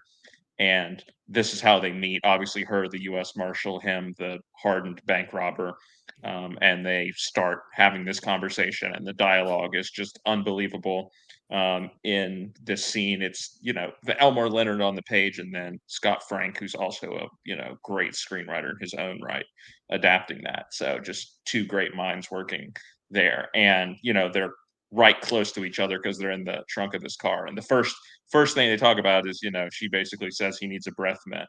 But then they start having this dialogue. And first of all, it's a brilliant way to get exposition out there without, making a big deal about it, because we just enjoy listening to the dialogue so much that you almost don't even process that you're listening to exposition. But we get some of like Jack Foley's background in this scene and how he's like the most wanted bank robber and all of this stuff. And he says at one point, there's a moment I love where he's like, I'm looking, if they catch me again, if I go back, I'm looking at 30 to life. Can you imagine, looking at that? And she goes, I don't have to. I don't rob banks. But then their conversation progresses. They talk about a few other things, and like they talk about movies at one point. Like he starts talking about Warren Beatty, and then she knows about Network, and then it goes on from there. And it's just so much fun to listen to again. It sounds like two people that you are generally interested in having an interesting conversation. He starts to it seems like he starts to win her over. She's smiling a little bit by the end. He starts bringing up like, oh, if it was under different circumstances, things might be different between us or whatever. And she's like, no, whatever. And then, finally they get out of the trunk, and she tries to then arrest him, and they just shut the trunk and just go away. So it's such a great scene, or they just leave her. And it's such a great scene. And again, the chemistry is so fantastic throughout this entire movie. It's just such a cool, effortless. It's what Steven Soderbergh can do so well throughout the entire movie. And this scene just sets up their chemistry perfectly. And they're both obviously incredibly beautiful people. So that doesn't hurt either. Yeah, strong scene. Personally, I'm not as enamored with Clooney as most people are, and I don't think J-Lo is that great an actress. But I can't deny that the chemistry the two of them have there, just the writing and just everything you described, Scott, the way that scene comes together, and just the beginning of that relationship, and it kind of sets the foundation, because it's a hard sell to have this hardened criminal and this dedicated by the book cop. Fall in love and do everything that follows in this movie, and you're able to look back at the scene and see where it all started. It's okay, it makes sense. I see where the connection comes from. So really works for the context of the movie. Everybody else in the trunk scene from Out of Sight. Haven't seen it. One of the best things to happen to George Clooney's career was meeting Steven Soderbergh, because it led to an amazing collaboration, and also George Clooney's now one of the biggest actors in Hollywood. This scene is great. This is not the scene I thought you were going to pick, Scott, but this is a really great scene, and I do love sort of the initial sort of moment, I guess, that the two characters meet and sort of the stuff that they talk about. Yeah, the meet cute, you could say. Yeah, wonderful scene. Soderbergh is a genius, just to put it simply, and he just knows how to make good movies. Great scene. And everybody should go watch this movie and then tune into the round table. That's right. First episode. Is that the first episode? It's the highest. It's the first, and it's the highest viewed video on this channel. I thought it was second. It's the second because Brian picked it. No, It is definitely the second because you pick a lot. Yeah, Because Brian picked RRR the first episode. for the Correct. first one, Yes. Yeah, you're Which right. had Second nothing to do episode. with it getting over 6,000. Second episode, which needs more views because the first one's like at 6,000. So go watch it. Like and subscribe. Thanks. Bye. Yeah, I said I haven't seen it. Okay. Okay. Now, what do you got next, Scott?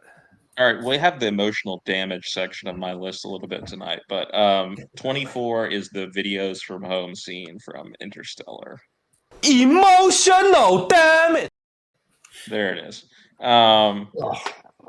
Yeah, I'll just like make everyone make a face now when I say that this is my favorite Nolan film. I absolutely love it. It emotionally ruins me like few movies ever have.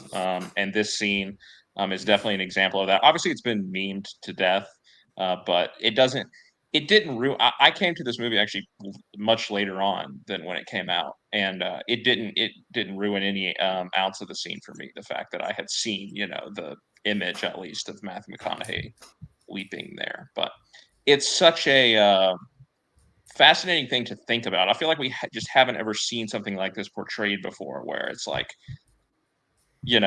he's been on the ground for an hour or whatever, and in that time period 20 something years have passed, and he's now like looking at his kids who are the same age as him. Like, it's just like crazy to even think about what that would be like. And it's so much credit to Matthew McConaughey that he's able to portray that, again, devastation as this person being put in a situation that, like, it's not like you can do research on that, right? Like, nobody's really ever been in this situation before, so he's kind of coming up with the reaction there, and it's very believable and heart-wrenching. But yeah, I mean, just seeing that the small mistake has cost so much after he, the promise he made to his kids and to Murph in particular, and just because of this small mistake that was made, he's not going to be able to keep his promise. And probably like the culmination is when Murph says, you once told me that when you came back we might be the same age. Well, today I'm the same age as you were when you left, because it was her birthday when she made that video. And just watching them grow up, and like Timothy Chalamet, right, who's his son at the beginning, turn to Casey Affleck, who now has a child. And horrifying transition, first of all, but he has a child, and just seeing McConaughey have to experience all that in a matter of minutes, it's just insane to think about. It the way that Nolan portrayed it, I think, couldn't have been any more effective. Yeah. Favorite Nolan, that's kind of crazy. As far as the scene goes, though, it has been memed to death, but it is a great way. I mean, I kind of compare it to the you're talking about that searching scene earlier, just wrapping so much up in one in a few moments. And it really brings up, because they go to the planet and they come back and they see the guy on the ship is aged, and you conceptually understand what's happening, but this scene is what like brings it home, like, oh my god, all that time has really passed, and you see the human element of it. Again, I think this is really high, but I still think it's, despite everything the scene's been through since, I think it's still a pretty solid scene. Everybody else on the video scene from Interstellar? I like the movie. It is a hard rewatch for me, because I think like the movie is absolutely devastating, and this is like the most devastating scene ever. So I have a hard time having any interest to rewatch it, because of how this is honestly just a terrifying concept to me. It's just the idea of time dilation, and you could be on a planet for an hour and 22 years or however long has passed on Earth. Just that concept is absolutely terrifying to me, and this scene just is so effective in showcasing that. It's a scene it's a movie I don't really have any interest in rewatching. I do like the movie, but it is a hard sell for me to get back into watching this, unless someone picks it for deep cuts and onto, then I will watch it. But Don't give me any ideas. That's fair, but it is a powerful scene. I think McConaughey does such a really great job at any sort of like the emotions of him. I love the sort of transition of him being like smiling, like finally seeing his son, how he grows up, and then it becomes like sort of the sadness and like how much he's missed of his like kids' lives. Like, it's that is a horrifying concept to me, and it's just like terrifying. Yeah, this is there's a lot of people that think this is a bad movie. I disagree. I think it's a good one. I haven't seen it since it came out, but I remember really loving it when it came out, and there are moments in the film that have stayed with me since. This is one of them. This is the one that impacted me the most when I saw it. And yeah, it's a good pick. Doesn't make my list, but after a rewatch, I could come around on this movie a little more. I think it's good, not great. Dr. Cody in 2014, you couldn't find a movie I hated more than this piece of shit. I have not watched it since. I hate it. I hated it at the time. It's not my least favorite. I can't say that. There's another war movie that he decided to make that I also fucking despise. But, but I will have to watch. I want to rewatch this, but I figure I'm just going to end up hating it. Still, his choices in this movie are something fucking wild to me. Like, his sound overall is fucking wild. But this scene may be good. I don't know. I'll have to revisit it. Not this year. Maybe next year. I don't know. All right. That brings us to the top of the list for the night. We're doing everybody's top 3, 23 through 21. Going to do this carousel style like we usually do, starting with Jack and your number 23. All right. This is the 8th week we've been doing this series, and we haven't had a Lord of the Rings scene yet, but that ends tonight. It's Boromir's Last Stand from the Fellowship of the Ring. Yeah. Still not fucking good when they're all in the top 20. Fucking I was gonna say, that's bad. It's gonna, the whole thing's gonna be. There's 2 other ones to come. That's terrible. Oh, just you wait. Just you wait. Anyway, yeah, this scene wrecks me every time. Boromir is, first time I saw this movie, Boromir is a character that I despised throughout the vast majority of the movie, and seeing his arc from wanting to use the ring to when he tries to steal it from Frodo, and immediately once he realizes what he's done, regretting it and trying to get Frodo back, only for the Uruk-hai to find them and attack them, and an incredible battle sequence ensues where Aragorn takes on a horde of Uruk-hai. Legolas and Gimli come in to help, and then they hear the Horn of Gondor somewhere off in the distance, and you get a great tracking shot from there all the way through the forest to where Boromir is fending off orcs, trying to protect Merry and Pippin, trying his best to do something right, to redeem himself to himself because of what he just did. And then when Lurtz, the basically chief Uruk-hai, shoots him with a arrow, you think Boromir's done. He's been shot. He's down, but he gets back up. He keeps fighting. It's a beautiful and brutal moment when he just keeps getting feathered with arrows from Lurtz, and it's just every time he gets hit, he keeps getting back up. He keeps fighting, trying his best to protect Merry and Pippin, failing. It's a brilliant moment of redemption for Boromir. Only Sean, no one dies like Sean Bean. But yeah, no, it's just a moment that absolutely destroys me every time. First time I really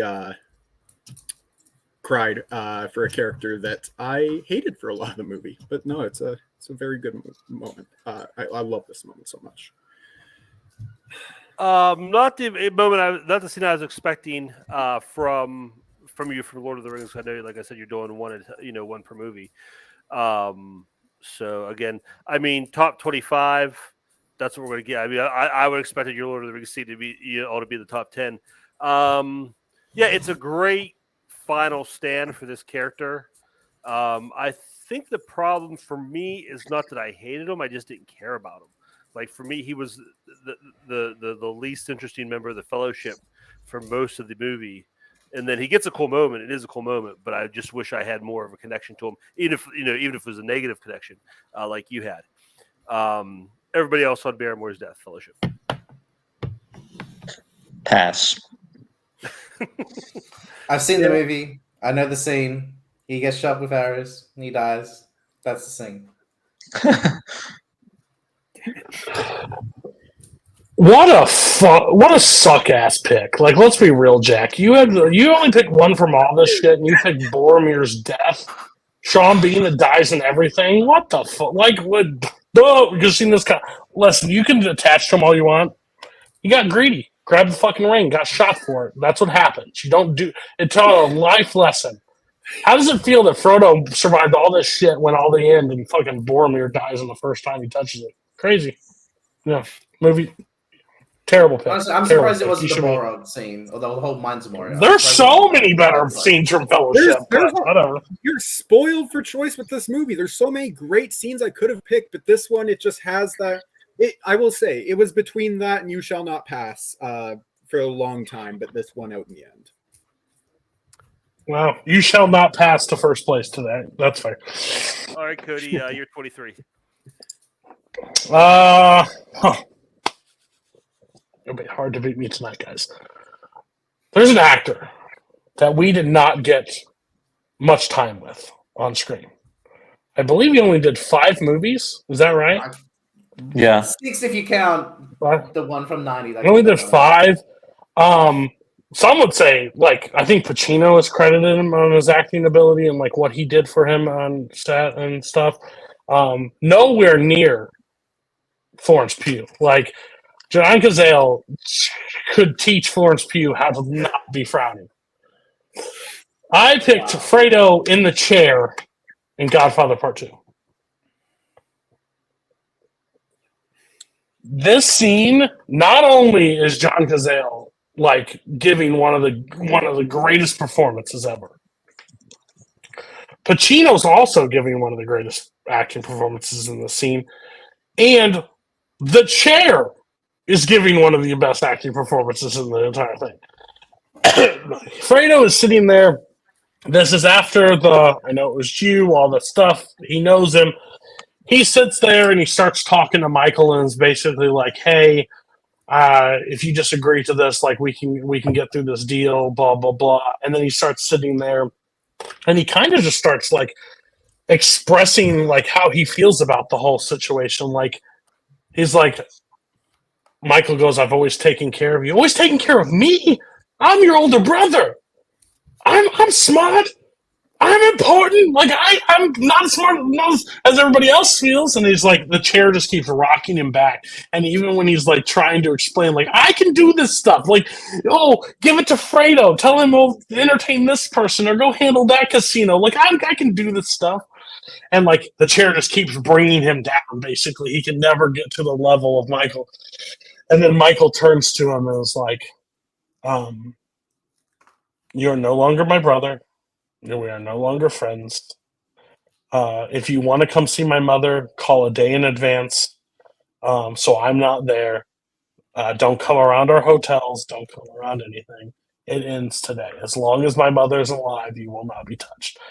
It is such a powerful scene where he ran away from him in the thing where he kisses him and says, I know it was you, Fredo. He runs away, he does everything, and Michael still doesn't do anything because he knows what that would do to his mother.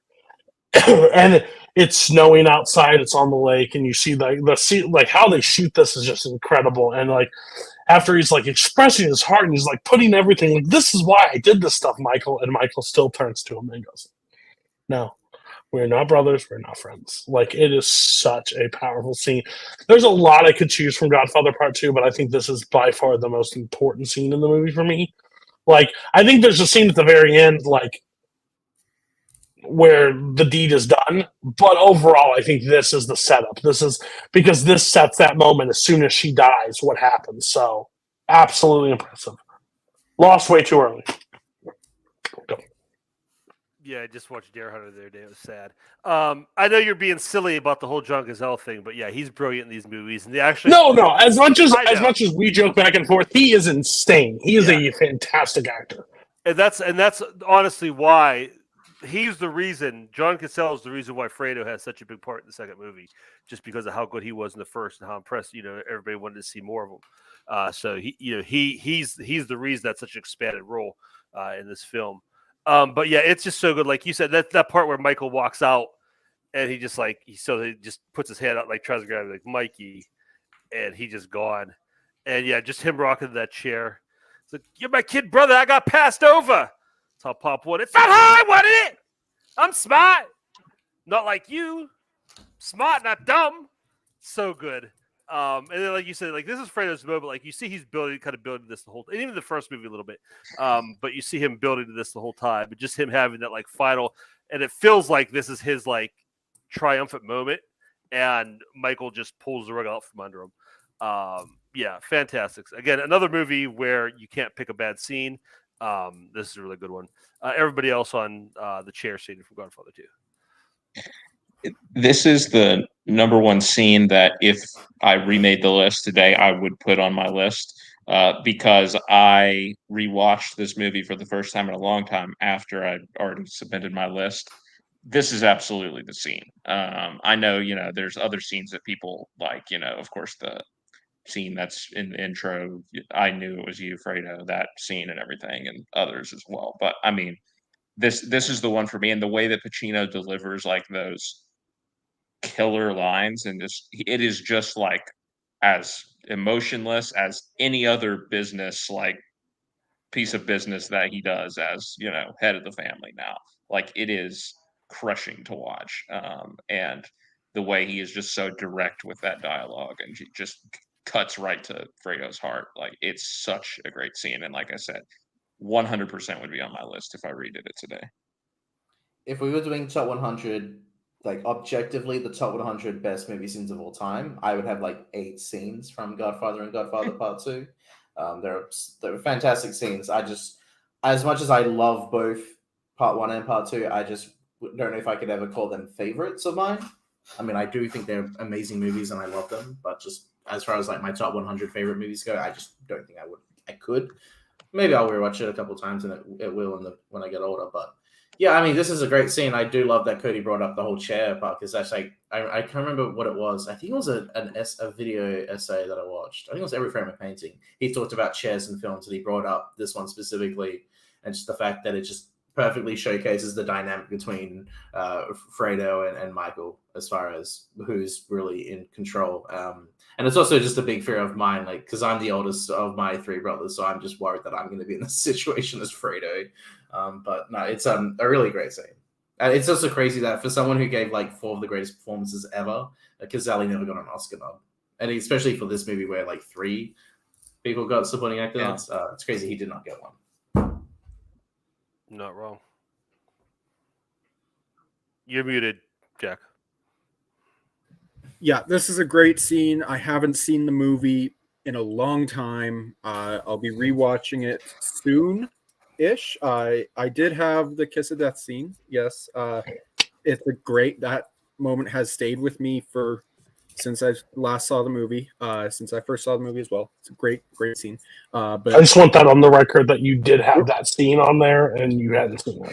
I just want that on the record. Thank you. I said I hadn't seen it in a long time. Not that I hadn't seen the movie. Whatever. Just want it on the record. Yeah. I said that back when I talked about Kiss of Death as well. Great pick, Cody. Good job. Jake, will you do me a favor? Please, if we ever do one of these lists again, please just do objective best. Please, I beg you. Please. Hey, I've really got to like full on go on what I love about movies and my picks, but yeah, I totally agree. Like if we're doing objective of all time, I would have like so many scenes from The Godfather. It's like, incredible. We're up next. What you got for 23? This is actually also one of like the best scenes of all time. I'll see if anyone else has this. The Stargate sequence from 2001: A Space Odyssey. I guess I got to talk about it. Yeah, this is in the end of the movie. Bowman Dave Boatman has made it to Jupiter and he sees the monolith, and then we have the crazy, trippy hallucination visuals, spectacle. That is the Stargate sequence, brilliantly created by Douglas Trumbull. Somehow Stanley Kubrick got the credit for visual effects for the movie.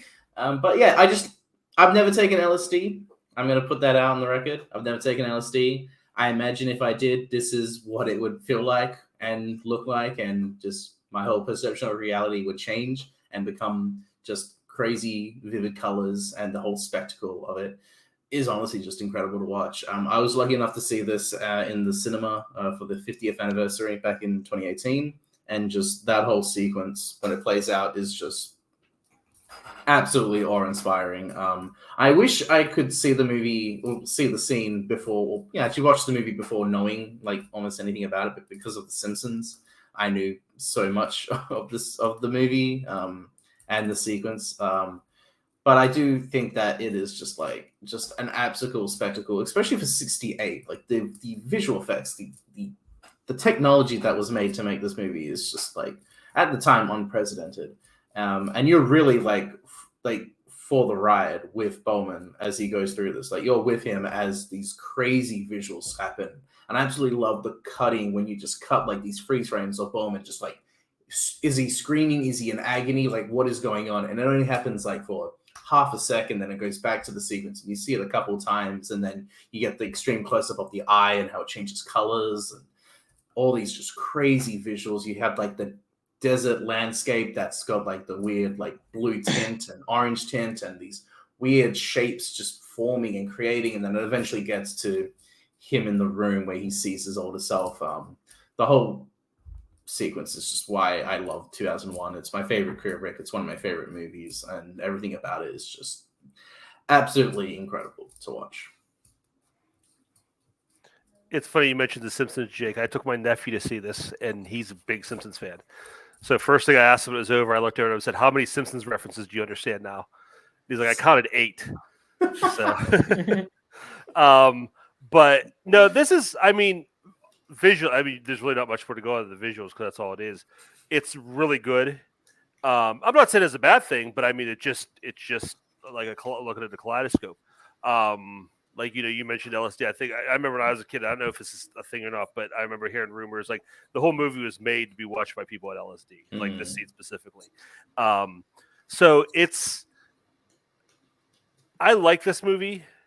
I like it for what it is, but there's a part of me that wishes I could see like the 90-minute edit that is just like, the ships just land, the ships landed, and this stuff is there just because it is a very long movie. But yeah, as far as just like a visual experience, cinematic experience, I can't fault you for having it on the list. Everybody else on 2001 Stargate. I haven't seen this movie. I've been meaning to for a long time. One of my biggest blind spots. I feel about the scene as I do about the movie, which is that, yes, it is incredibly impressive, and I am very, admiring of the achievement that is the film. It doesn't move me in any particular way, and that's honestly what I value in film more than anything. And so I'm sure it's a masterpiece. Yeah, I'm not going to disagree with you. I'm not going to disagree that this scene was unprecedented for its time. It doesn't make me feel anything, really. Overrated. I'm not going to say that. Making a straight on reference. It's a fact. It's a fact. All right, Scott, give us your 23. My 23 is 1917, the entire movie. I'm just kidding. It's the flare. It's the flares at 19.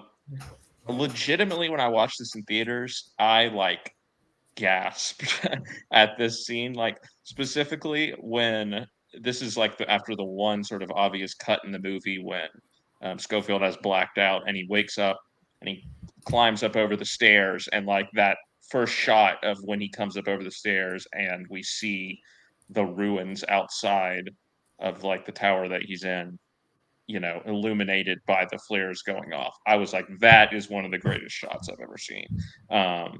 and it is such a mesmerizing setting. And then we get that great transition where the camera just like drops down to the bottom of the tower and he's outside. We don't actually see him go outside. We just like drop down and he's gone from the top to the bottom, which I love. And then, but then, it progresses with him, kind of being chased by some soldiers, running through the ruins, coming in front of the burning church, right? Which is that amazing scene where you see somebody approaching him, but you don't really know if it's a friend or an enemy. And then, the guy starts shooting at him and he runs away. Like, I mean, every shot here could be like a Renaissance artwork, honestly. Like, it is maybe like Roger Deakins' greatest moment, and that's really saying something. But yeah, I guess maybe it's a little weird to bring up this scene after I've just talked about the 2001 visual stuff not moving me. But again, I can't get over how I felt watching this in the theater, and it may just be a visual thing in this moment. Again, I disagree that the whole movie is like that. I think the movie does have an emotional thread through it that works for me. But I can't deny like that feeling of watching it on the big screen for the first time and just like my jaw literally dropping. Yeah, a couple of scenes you could have picked from this movie. I think you probably have the right one. I just love how it's set up in the film. It's almost like the beginning of the second act of a play. Like the curtain comes back up, and you start with like you're starting this kind of the story again, and you start with this. And I think it's just a great, like, as far as the pace of the film goes, I think it's a great spot to put it in. And yeah, just the lighting and the way, like you said, the camera moves, how it doesn't follow him down, but it goes down and he's there, and it's, that over the shoulder. And it's like kind of the whole movie is him just like taking all this in, taking the war in, taking everything. And, just him like looking up and seeing this beautiful thing for a moment, and then it going back into the battle and him being shot at and have to fight for his life. Yeah, really solid scene. Everybody else had 1917 flares. I love this movie. It's an easy win for me if like the whole movie's presented as if it's one take. I love one take stuff. That's just like one of my favorite things ever, obviously, for my love of Birdman. I think this is my favorite scene of the movie. I've always loved Thomas Newman. He's my favorite composer, and I think the night window piece that plays throughout the scene is just so fucking good. It just really creates this sort of just like emotional like epicness. I don't know how to really like articulate it, but just the way it builds up, and then you see the flares, the camera goes outside the window and then comes down. Effective, just done so well. I think it's like the most impressive, like as far as cinematography. Number one being Blade Runner 2049. Number two being No Country for Old Men. Sure. So that's my personal opinion. This is the scene to pick from 1917. The run across the field gets a lot of like talked about. I also think the plane going down is really cool, but I think this is absolutely the scene. When I rewatch, it's absolutely incredible. I kind of wish I would have put it on my list, like at the lower half, because I don't love it as much. But it's definitely, when you think of a scene, you didn't even have to. Like, as soon as you brought up flares, I was like, yeah, I can. It takes me right back to everything about that scene. It's so good. So good choice. Yeah, this is a great scene. It was in contention for my list briefly, though not for very long, because I do pick the battlefield run at the end. Made my list earlier in my 60s, I think, but this is a fantastic scene, so good pick. You're wrong, Jack. Okay, I'm used to that.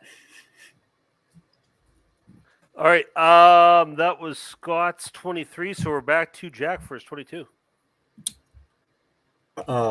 Yeah, my 22, very few moments in movies have affected me as deeply as this one did, and I'll just say it. It's the octopus and the shark from Short Term 12. No, all right. This scene destroys me every time. It's so Brie Larson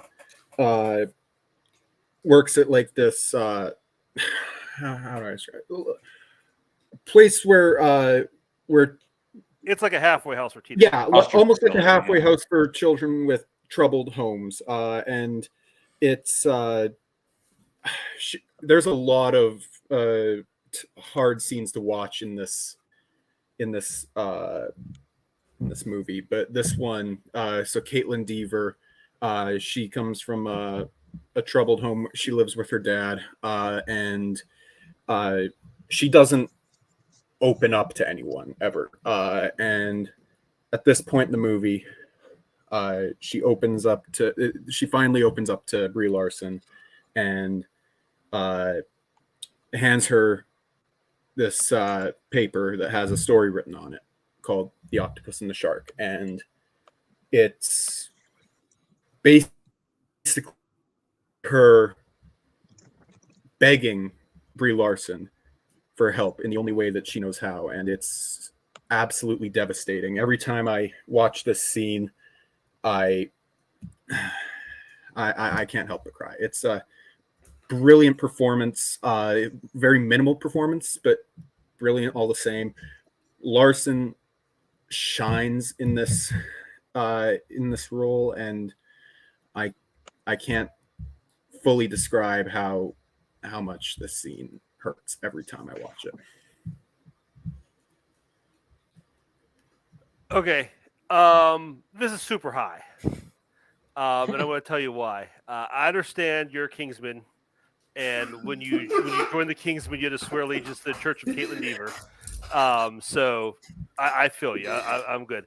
That being said, the reason I think it's a super high, because I know you're doing one pick per movie. There's another very similar scene in this movie with Lakeith Stanfield. Yeah. And he does something very similar. It's not a story; it's a song he wrote, and he sings it he raps it for the counselor, and that just so absolutely blows this scene out of the water. Like, I don't even think about the Caitlin Dever scene, as good as it is. Lakeith Stanfield is so good in that scene. That's the scene in this that completely knocks me out. So I mean, I think this isn't bad, but it's a distant second to the. I compare them because they're so both similar in what they're doing. So yeah, this is again, it's good. It's 22 is way too high, and it's the wrong scene for the movie. Everybody else on Octopus and Shark. I just, again, listen, that's complete horseshit. I understand. I will tell you that Lakeith Stanfield's scene is really good, but you can't say one kid's trauma, how he displays it, versus the other kid is like better. And they're both doing the exact same, like, it's both so powerful in both scenes. So I can't just say one is like miles better. There's no way. I'm not the way comparing this their is trauma. supposed to, I'm comparing their performance in the movie. Exactly, but you're saying, like, well, because they presented it in a rap form, I like it a little bit better than the octopus. Overall, I watched this movie one time. I don't think I can ever watch this movie again. As somebody that has, like, adopted kids from, like, foster care, this scene is just absolutely just, like, destroys human, like, because, like, I think in my review, I said this is bad, like, there are stories that a kid will never tell, like what they went through. Their story will never be told. Like, whatever they say, they'll hold it to. They'll take it with them till their grave. Like, some people will not let them in. And her telling the scene is like such an open and hurt scene where she's like describing what has been going on in her life the only way she could. And I think it's so powerful. 22, I don't know. Again, I've seen the movie one time. I think they're both great scenes. Like, if you were doing them like that and the Lakeith Stanfield, they could be 22 and 23. I think they're absolutely powerful.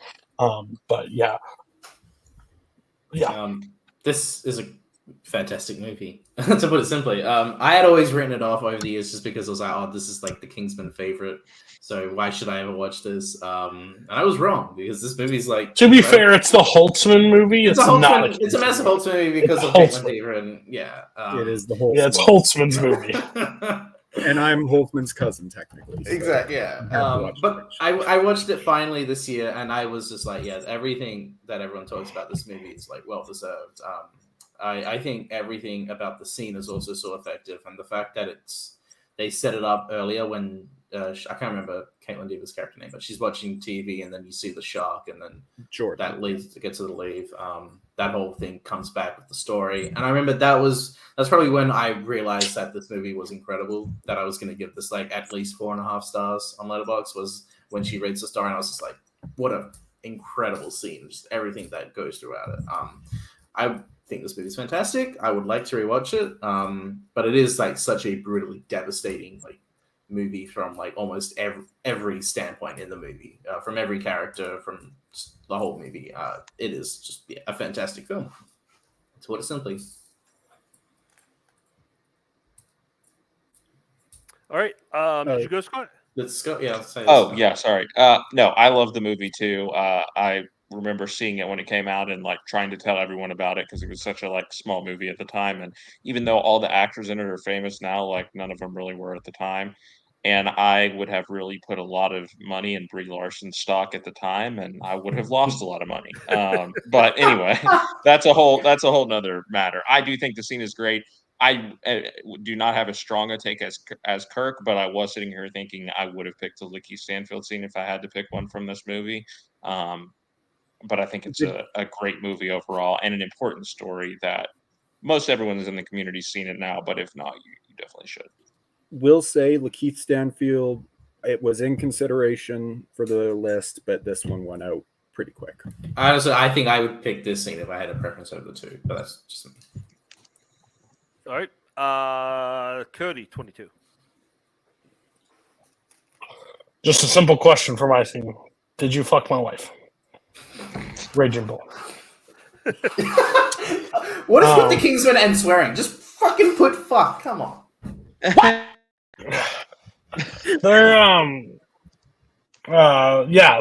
I think the scene, especially now, just to put this is basically the conversation with him and his brother going up to talk to his wife and where he ends up and beating the hell out of his brother. The entire scene is what I'm considering. They're having a conversation at the TV, basically ask him. He starts like asking him like questions, and he's acting a little bit weird, and he's having thoughts basically about like something's not right with my brother, like he's not acting the same, like I'm not getting what's going on. And he basically was like, "Did you fuck my wife?" And he's like, "What? Why would you? You're sick. You're sick. Why would you answer? Why would you? I'm not answering it. You answer the question. Did you fuck my wife?" He keeps going through the thing. He refuses to say it. Jake LaMotta is like getting more and more because he knows that fact is the way he's answering it. He knows the truth. So he goes up and talks to his wife and basically, "Did you fuck my brother?" Blah, blah. And he's like, "Yeah, the entire block too," and blah, blah. And it's, again, not great for the time, not great for this any time, but like he ends up, hitting her, and he ends up storming out of the house and ends up going to his brother's house and beats the living shit out of him, basically, in the kitchen with his family there. And it's just like, it's a built-in scene because it's foreshadowed from a scene that I said earlier of like what's happening to basically how Jake is as a character. He's so blinded by everything in his own life that he's missing everything else around him. Like he doesn't see. It's such an interesting character study from a movie perspective because he is a character that just doesn't see problems or like the people around him that care for him. He leaves openings. He leaves his wife, like he doesn't give her any attention or any love or whatever. She goes and seeks it from other thing, and then he finally like starts hinting on it when it's all too late, and then he ends up costing him everybody he loved. His brother, everybody in this one scene. So, let's see.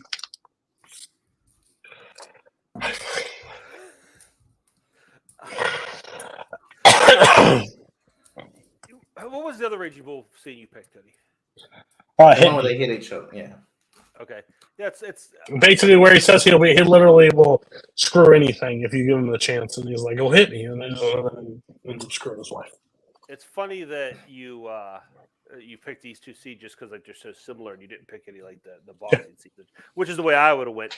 Think about like Jake LaMotta, like just kind of like following up on this movie and learning more about him. I guess in real life he had like severe hearing loss, and that really made up like a lot of his personality, just because like A, like the lack of understanding of what was going on, and B, the frustration that came from that really drove a lot of these like problems that he had. I just think that's interesting, and I think De Niro brings it that kind of that frustration of not knowing what's going on through his performance. Yeah, again, this isn't the Raging Bull scene I would pick, and I think it's a little high just because when I think of scenes in Raging Bull, I think of the box scene, and I like the color montage of the home movies and things like that. But I mean, these are, you pick two great character moments and two great performances. So everybody else on Did You Shampoo My Wife from Raging Bull? SNL reference. I think I haven't. I said it already. I haven't seen the movie. I think I mentioned it when we talked about the Hit Me scene, that it's been forever since I've seen the movie. I do love the movie. Like, obviously, Scott says he's a master. And I like to joke that I'm named after Jake LaMotta, which is absolutely not true. This is a great scene. I do love the Sugar Ray boxing scene more, but that's my personal preference. I would just echo what I said last time, which is that I do think the movie's brilliant. Not a rewatchable movie at all to me. It's very unpleasant. Yeah, and I didn't watch. I was just going to say I didn't rewatch it until me and Tim watched it together. And the reason why I didn't pick the boxing is because I think there are great boxing scenes. I just think basically the character study of Jake LaMotta, I think, is so fascinating, and what Scorsese is able to do with that character. But very unwatchable. Rewatchable. I agree. I don't think there will be many times I go back to it. All right, Jake, 22. So I've been yikesing a couple people with a scene from Ratatouille, but it's not this scene. Because there's a scene that I think is honestly really doesn't get talked about, but I absolutely love, is Remy discovering Paris. When he actually goes up through the sewage and discovers that he's actually been under Paris the whole time. I really remember. I have really good memories with the scene and watching it. The piece by Giacchino Walrat is like so underrated.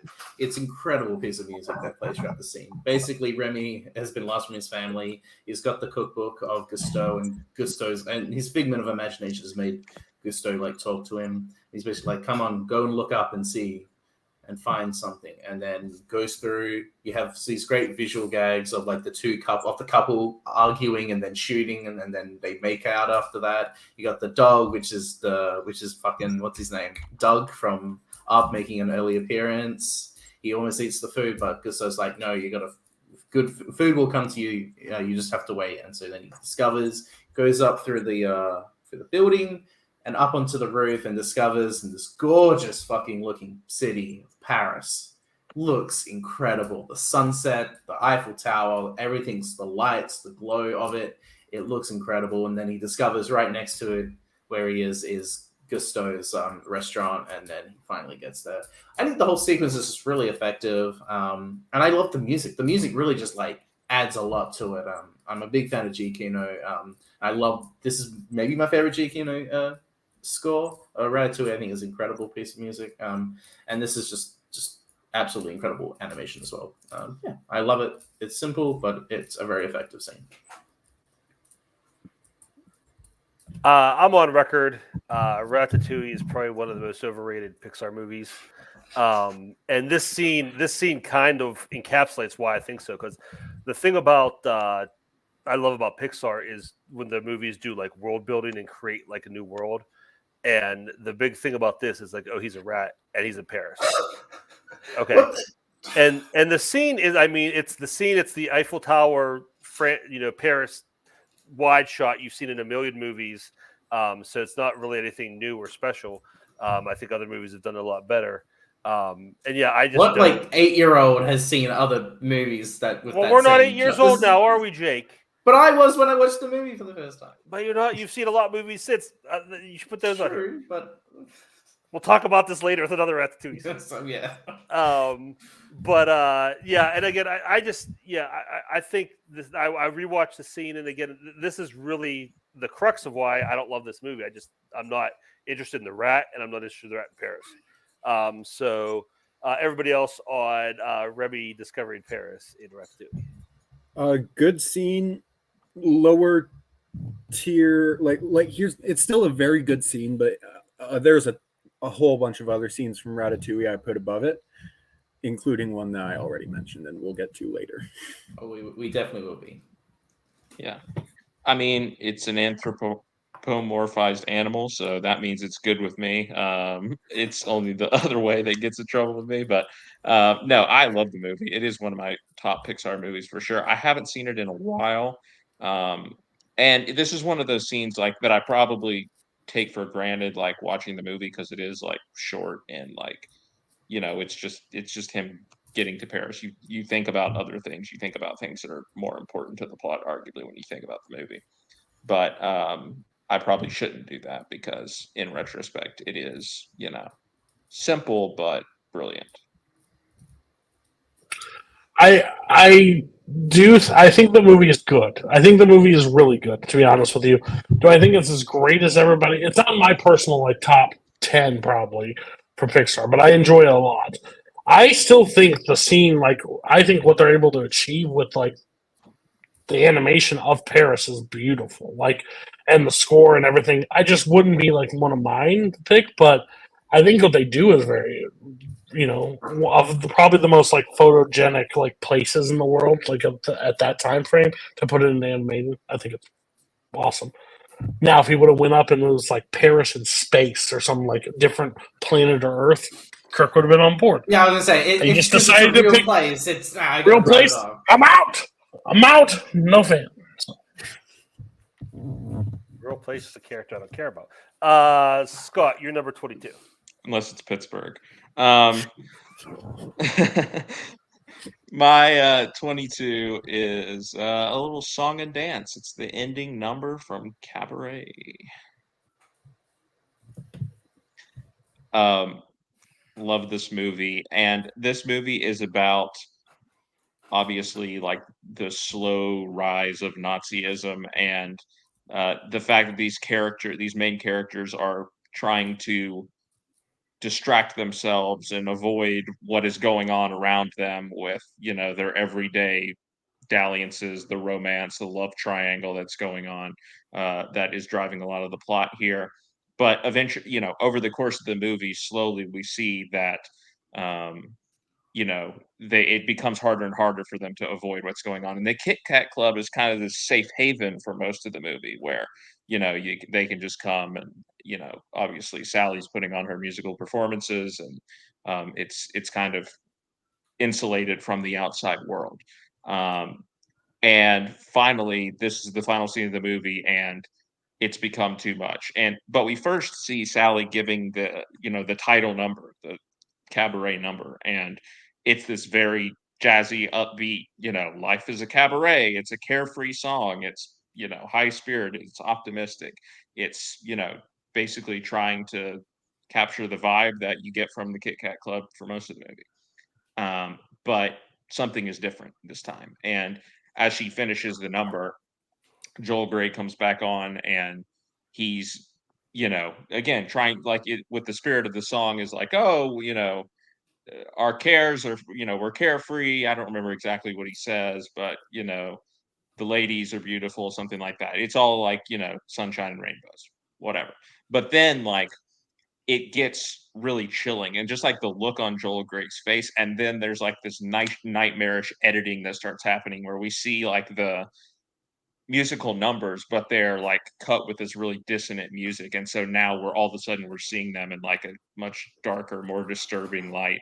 But then it ends with, Joel Grey saying off leaders and walking off and the camera slowly panning over and we see like I don't even know exactly what we're looking at, but it's reflected in like this broken glass on the stage.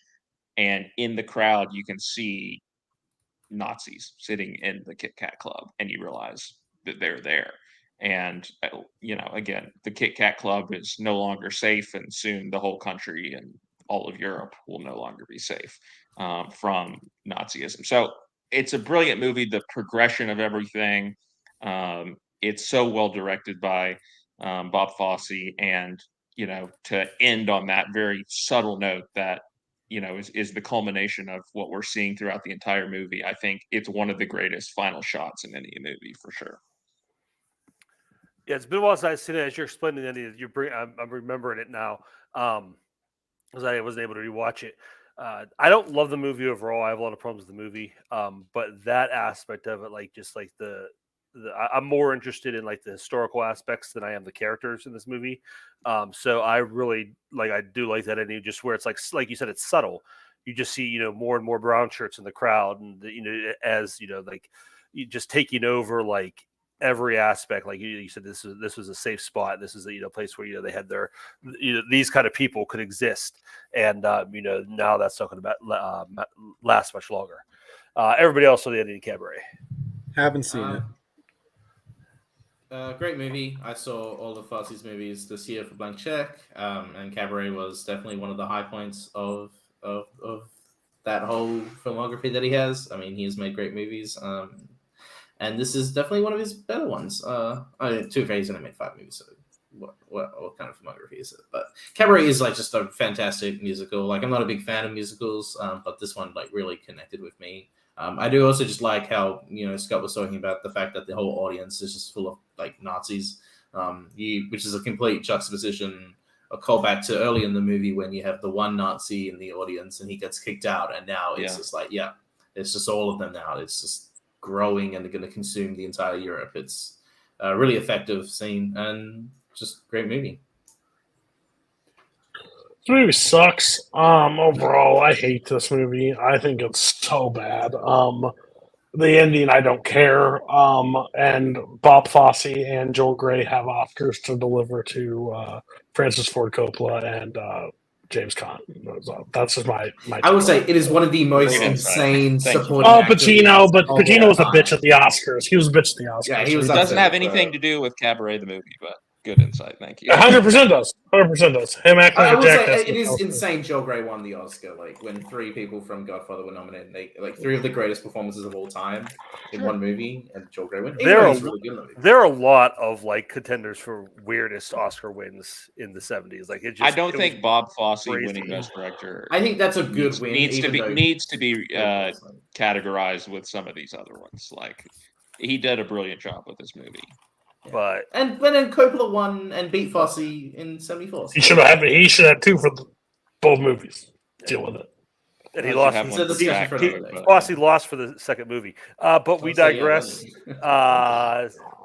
Jack, 21. All right, 21. It's The Bus from Sicario, or not Sicario, Incendie. Wrong Villeneuve movie.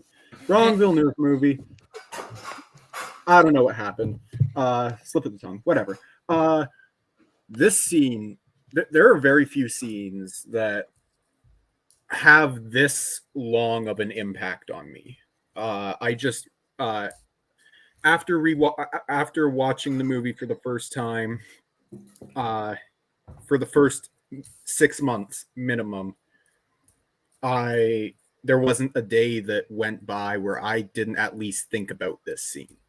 It's haunting. For those of you that haven't seen the movie, this is during one of the flashbacks where we flashback to Lubna Azabal's character. I can't remember how to say her name properly. I'm sorry. Where she's searching for her son, who she had to leave behind after he was born, and she has come upon the ruins of this orphanage where her son may have been.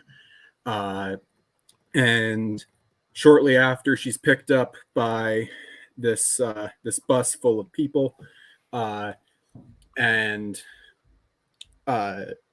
she falls asleep on the bus. When she wakes up, the driver is outside talking to or pleading with a bunch of armed gunmen, and the bus driver gets shot. Everyone else in the bus gets shot except for her, a mother, and the mother's daughter. And she's able to survive. She's able to survive the massacre at that bus. As they're pouring gasoline all over it and about to set on fire, she is able to get out of there, and she tries to take the daughter with her. and say it's her kid so she can try to save this kid's life. But the kid goes running back to her mom and the kid gets shot. It's a horrifying scene, just absolutely brutal. I cannot it's one of Villeneuve's best scenes as a director, like just singular best moments as a director. He has one other that just barely tops this one, but it's so close between the two. And after rewatching this movie today, yeah, it still hits just as hard. Brilliant scene. Yeah, I rewatched this too. I saw this movie a while ago. Rewatched this scene, and I understand where you're coming from. Just as it being like just hitting you on that visceral level, because it is brutal. It's not something I would put on a top 100 just because I watched it. And I'm like, okay, it's not necessarily like from a technical aspect the greatest scene ever, but it's like you said. Just I understand why you would spend that much time thinking about it after you watched it. Everybody else on the bus from Incendi. Haven't seen the movie. Me either. Haven't seen it. Easy enough. Cody, on to you for your 21. So we've already had the song come up, but from a different one. I'm going to go with the classic, the OG 1961 America from West Side Story. Oh, okay. I think arguably, now I will, this is no trash on the one. I think they're both great. I think they both do two things that are really good, but I like this one more. And the only reason I like it more is because I think the visuals and everything from the new one is outstanding. I think they're great. I think if you match song for song, I think they're both doing a great job with it. I love the confined space of this one more because it feels like more of a in-your-face like battle between them. Versus the new one, it's so expanded and so out, you miss those like little bit moments because they can't get away from each other in the confines. In that one, there's like everybody gets in the dances, which makes that one really cool. This one is the one that I love because just like those little moments when they're smacking back and forth to each other, and then he's laying down everything, and she's like, well, you forget I'm in America, and like he can't escape from the situation. And I think the dancing overall in both scenes are just absolutely incredible. If you had to put it into film history, like my favorite musical number in film history is America from West Side Story. 61 or the new one. It doesn't matter. I think they're so complex, and they tell such an important story inside the confines of America. Like from an immigrant's perspective of coming to this country, like, listen, like they one look at us and they'll charge twice. Like it's such like in your face and stuff. So I think they're very close. And again, I picked this one because this is the one that stuck with me for so long, but maybe over time the new one is. But this one, clear as day, top 30 for me. It wasn't even going to be debatable for me. You chose wisely. Yeah, I love this. Is my favorite musical number from a movie, from a musical ever. I just really think it's so much fun, and it's just so much just so much showmanship and pageantry, and there's so much going on, but it also has so much to say. Like it's so deep about the immigrant experience and what they go through, the two like that the idea of it versus the reality of it. I think it's so many great ideas put to music and dance. I do prefer this one as well. I'm not going to sit here and crap on the 2021 version because I think it has a lot going for it. But like you said, what I love about 61, which I prefer the movie in general as well. I just love that perfect marriage of stage and screen that they have in that one. And the fact, like you said, it is just them. And like these are the characters I'm interested in. I understand the desire of the new one to highlight the community. I'm interested in these characters, and I want to see them doing this, and I want to hear it from them and see what they do. And then I think the other thing too is just Rita Moreno. There's nobody tops her. She's just in either movie the standout. I mean, I think she's the standout in the second one. I think the fact that we got two Anitas that are that close and that powerful is insane. Because I would have never thought that was possible. No, And she again, she had a what's her name? Yeah, she had a lot to I mean, that was a lot to put on her shoulders, and she handled it. But I don't think I still think Rita Moreno is very superior in her performance and what she does. So this is a incredibly solid pick. I think it's right about where it should be. Jake, I'll save you for last because you didn't have either of them, but we'll go to Scott and Jack first. I'll keep it short. This is a great scene. I do prefer the newer version from Spielberg, though I don't think it's possible to choose poorly between the two scenes. Like, they're both phenomenal scenes. So, yeah, good pick, Cody. They're both great. I mean, I chose the other one for the exact reason that Cody is saying. It's just obviously it's just a personal preference type of thing.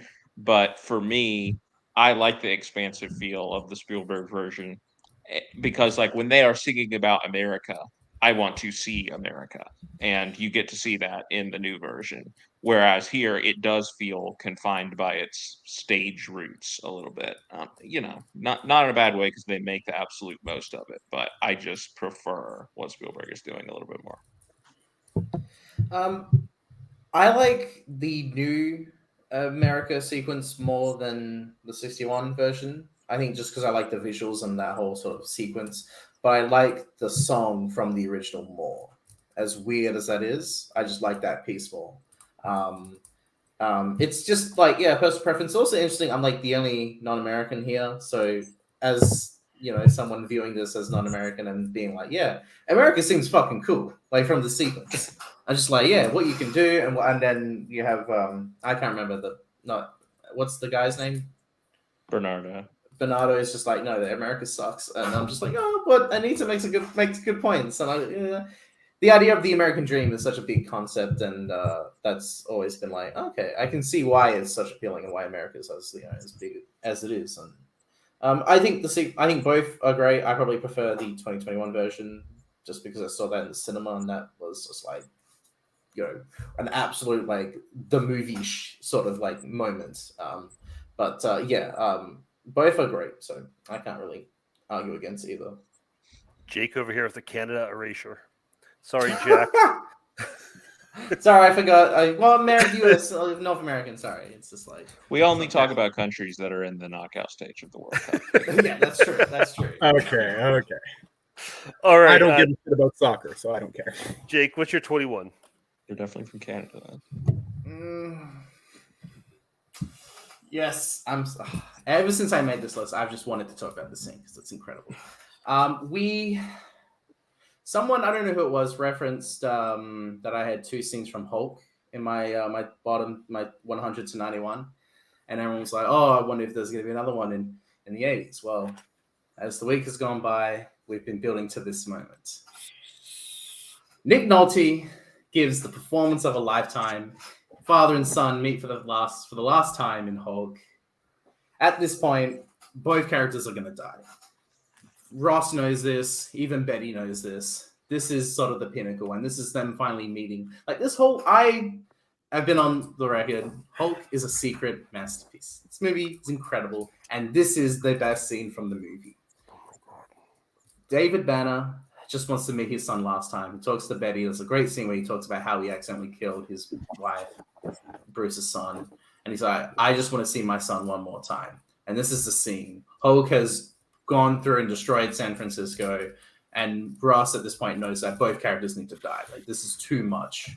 So you have them sitting in the chairs looking at each other, and it just starts with Bruce going, "I should have killed you," and then Nolte's like, "I should have killed you," and an absolutely effective moment here when Bruce is like, "I wish you had." Like, this is so much for both of them at this point, and Bruce is talking about a dream that he had about his mother, that he doesn't even know her name, but he can remember the smell of like desert flowers, which is the perfume. And then he starts crying because he doesn't really remember her that much. And you have Nolte like kind of consoling him. He's like, "Don't touch me. Like, you maybe were my father once, but you aren't now, and you never will be." And Nolte just goes into this like, well, I didn't come here to see you. I came here to see my son, my real son, the one inside you. You're just a shell waiting to be ripped apart at any moment. And goes through this whole thing of like, I need the Hulk's energy. I need his power. Like my cells are unstable. I can absorb energy, but like I'm going to fall apart. And so I need you to give me the strength that I gave you life, and you need to give it back to me. And he basically goes into this whole biblical tirade about how all the he essentially is King Lear at this point. Like the whole world has looked down on him and is like, look at all what they have done to us, to you, to me, to humanity. And he goes into this whole tirade about how we have the power to destroy the governments and their armies and their anthems. We can make them disappear if we work together. And he's just like, I would rather die. And he's like, okay, well, you will die. And then there's a part where I got to read it because it's fucking incredible. It's just refreshing. But he's basically just like, you will die, and you will be reborn a hero long before the pale religions of human civilization ever existed on the planet. Like it becomes such an absolutely fucking crazy monologue that he has. And that is when Nolte wins his Oscar. Like I'm on the fucking record of Nolte should have won. And that's the fucking that's the scene where he just like fucking wins it. Like 2003 is what? Tim Robbins? Like fuck him. Like it should have been Nolte. And he just basically just has this whole fucking scene. It's absolutely, I'm going to find it because it's fucking incredible. But it's just great. And then it ends with him basically taunting Bruce and going, and it's great. And he just quit your bowling, you miserable speck of human trash. It's, I love the scene, and rewatching it. I've rewatched it like 4 times this year. And I remember watching it the first time this year and being like, this is incredible. Why does no one ever talk about this movie? It is not a typical superhero climax of people fighting. That happens somewhat later, but this is like the final moment between father and son, between Bruce and David. Like they finally have this moment between the two of just like all this trauma and rage that Nolte has caused Bruce his entire life, and he's finally like showing who he is. It's like, I've been ruined, I've been looked down upon from society. I can finally prove that I was right with these experiments. I just need you. I need your energy, your strength to prove that I was right all this time. It's fucking incredible. I love this scene. This movie's incredible. We all should watch it. Everyone should watch it and realize that this movie's a secret masterpiece. Do you think that smoking drugs is cool? King Lear? I'm not buying it anymore. I'm on to you. It's a bit. It's Andy Kaufman-esque. And I appreciate you sticking to it so diligently.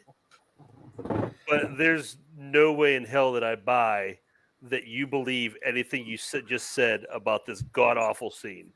There is nothing redeeming about this scene at all to say it's good, let alone top 25 best all time. This is awful. Eric Bana's acting is terrible when he breaks down and starts crying. I was laughing at it because it was so bad. Nick Nolte walked out of rehab and Nick Nolte walked out of rehab, relapsed, and then walked onto the set and just blathers nonsense. I don't know if there's a script or if they just let him, riff. Either way, it's awful. They do that stupid. They're doing that stupid comic book panel thing through it, and it only happens twice throughout that scene. It happens in the entire movie, but that is also the comic book aesthetic. This is awful, and I refuse to believe that you mean anything you just said, because there's no way anybody 100% am serious. I respect your commitment to the bit, Jake. Does anybody else want to waste any more time talking about Hulk? Haven't seen Nick Nolte, I wish was my father. No, you go not from this movie. I just love him. I just love how he yells. He's like, "You, what does he call him? A puny, human trash or something?" It's great. Visual speck of human trash. It's such a Nolte line. I love it. Like I can watch. I want Nolte into electrical cable. Shut up. Awesome. I want Nick Nolte to like narrate children's books, and so I can play just as he starts screaming. It's fantastic. So, look, there's movies that I've seen that make me look a little to the right of my computer, to these bottles of Wayne Gretzky number 99 Canadian whiskey I have right next to my computer. This is one of them. The others being Spider-Man 3 and Yellow Submarine. So that movie is in a very special group of movies, Jake. So incredible animated film. What are you talking about? Yellow Submarine. Right. Came out of nowhere. All right, Scott, please take us out behind the shed and just finish this. Yeah, well, I'm going to. Cody, speak of the devil and it will appear. It's Dunkirk, and it's the ending scene. Again, stands in opposition to anyone that would say this movie doesn't have an emotional impact. This, last 5 minutes gives me chills every single time. This is when the soldiers are going home on the train, and they kind of stop near the station, and Harry Styles asks one of the young boys to give him a newspaper, and they give him the newspaper, and there's a speech from Churchill about the events of Dunkirk in the paper, and he starts to read it, but he can't actually read it because it's too emotional for him, so he gives it to Dion Whitehead's character who's sitting there with him, and he starts to read the speech, and it's this amazing, stirring speech about the fact that it was what happened at Dunkirk was in some regards a failure because they lost, they were forced to retreat, but in other ways there were victories within it because of the amazing achievement of these regular British citizens who stepped up and came to the rescue of their soldiers. And all the while, this is cutting back with Tom Hardy, who's obviously the pilot, and he, earlier was the decoy, basically, which, allowed everyone to escape. And he's now still flying in that vicinity, and, we know that his time is numbered. And he decides to take his plane down on the beach, lands it there, and sets it on fire. And as we are reading the crescendo of the speech of, and Hans Zimmer's music is swelling in the background, we will never surrender, basically. We will fight on the beaches. We will blah, blah, blah. We will never surrender. And we get that image of Tom Hardy standing there with the burning plane. And you see in the distance the soldiers coming up over the hill, the Germans, I guess, to take him, to capture him. And that's just an incredible shot there. And it shows that moment again, the image of the burning plane is you have the horror of war and the failure in some regards of what they were trying to do, but there's also something stunning and beautiful about, again, the achievement of these British citizens in pulling off this one of the most insane rescue missions ever. You also have the emotional thread in there of Barry Keoghan's character, George, having died, and his friend, or the Mark Rylance's son, going and bringing that to the newspaper, and then looking at the newspaper and seeing, that he was honored as a hero. So there's so many little moments in this that I think, make it all the journey worth it. Again, the whole movie is meant to be this sort of incredibly immersive war experience where you're not really stopping to have a lot of time for character development. So it shows Nolan's skill that he's able to bring it all home and contextualize everything that we've just seen in this last 5 minutes. So I love it. Yeah, it's definitely the best scene in the movie. I'm on record. I don't connect to this movie. I don't think there is a lot of things to hold on to other than the visuals. But I think this does a decent job wrapping it up. I still think Gary Oldman does a better job at delivering the speech. Everybody else on the other Dunkirk. I haven't seen it. Awesome. I haven't seen it since 2018. I don't remember much from it. I vaguely remember the ending. I'll have to rewatch it. I absolutely love the shot of Hardy with the plane on fire. That shot's just awesome. And we finally get to see. I do remember that shot. That's a good shot. About the movie. But great scene, great ending. The visuals are never the problem. The visuals are not the problem in this movie. The emotional connection to this movie is really hard. I don't think you can connect with really anybody because you don't really know much about any of them.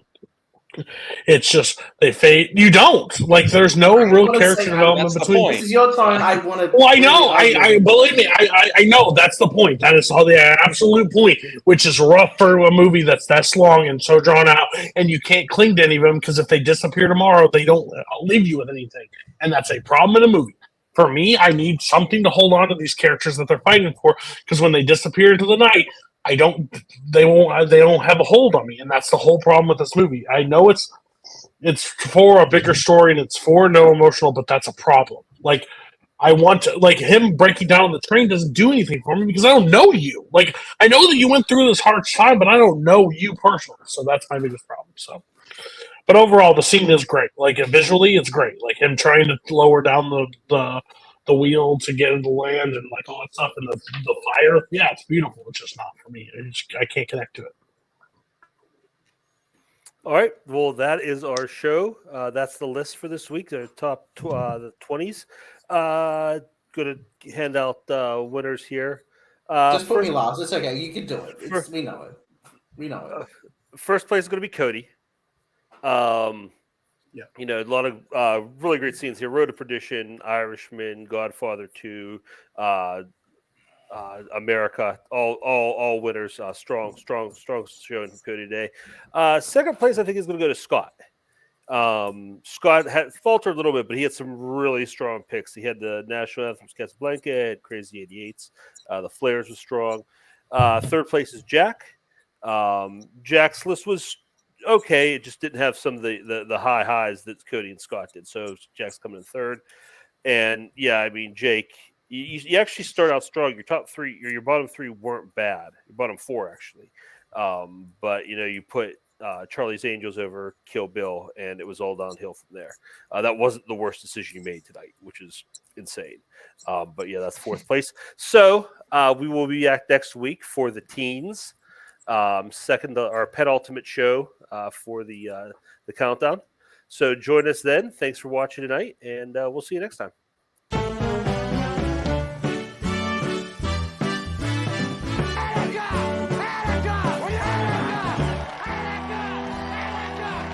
not going to intimidate me. I'm entitled to my opinion. Drunk and angry. Come on, break the lousy cup. Ow! I hurt my arm. Well, and I'd expect everybody to do everything. I'm going there soon, you know. Is that so? Where are you going? Uruguay. Well, you go Uruguay and I'll go mine.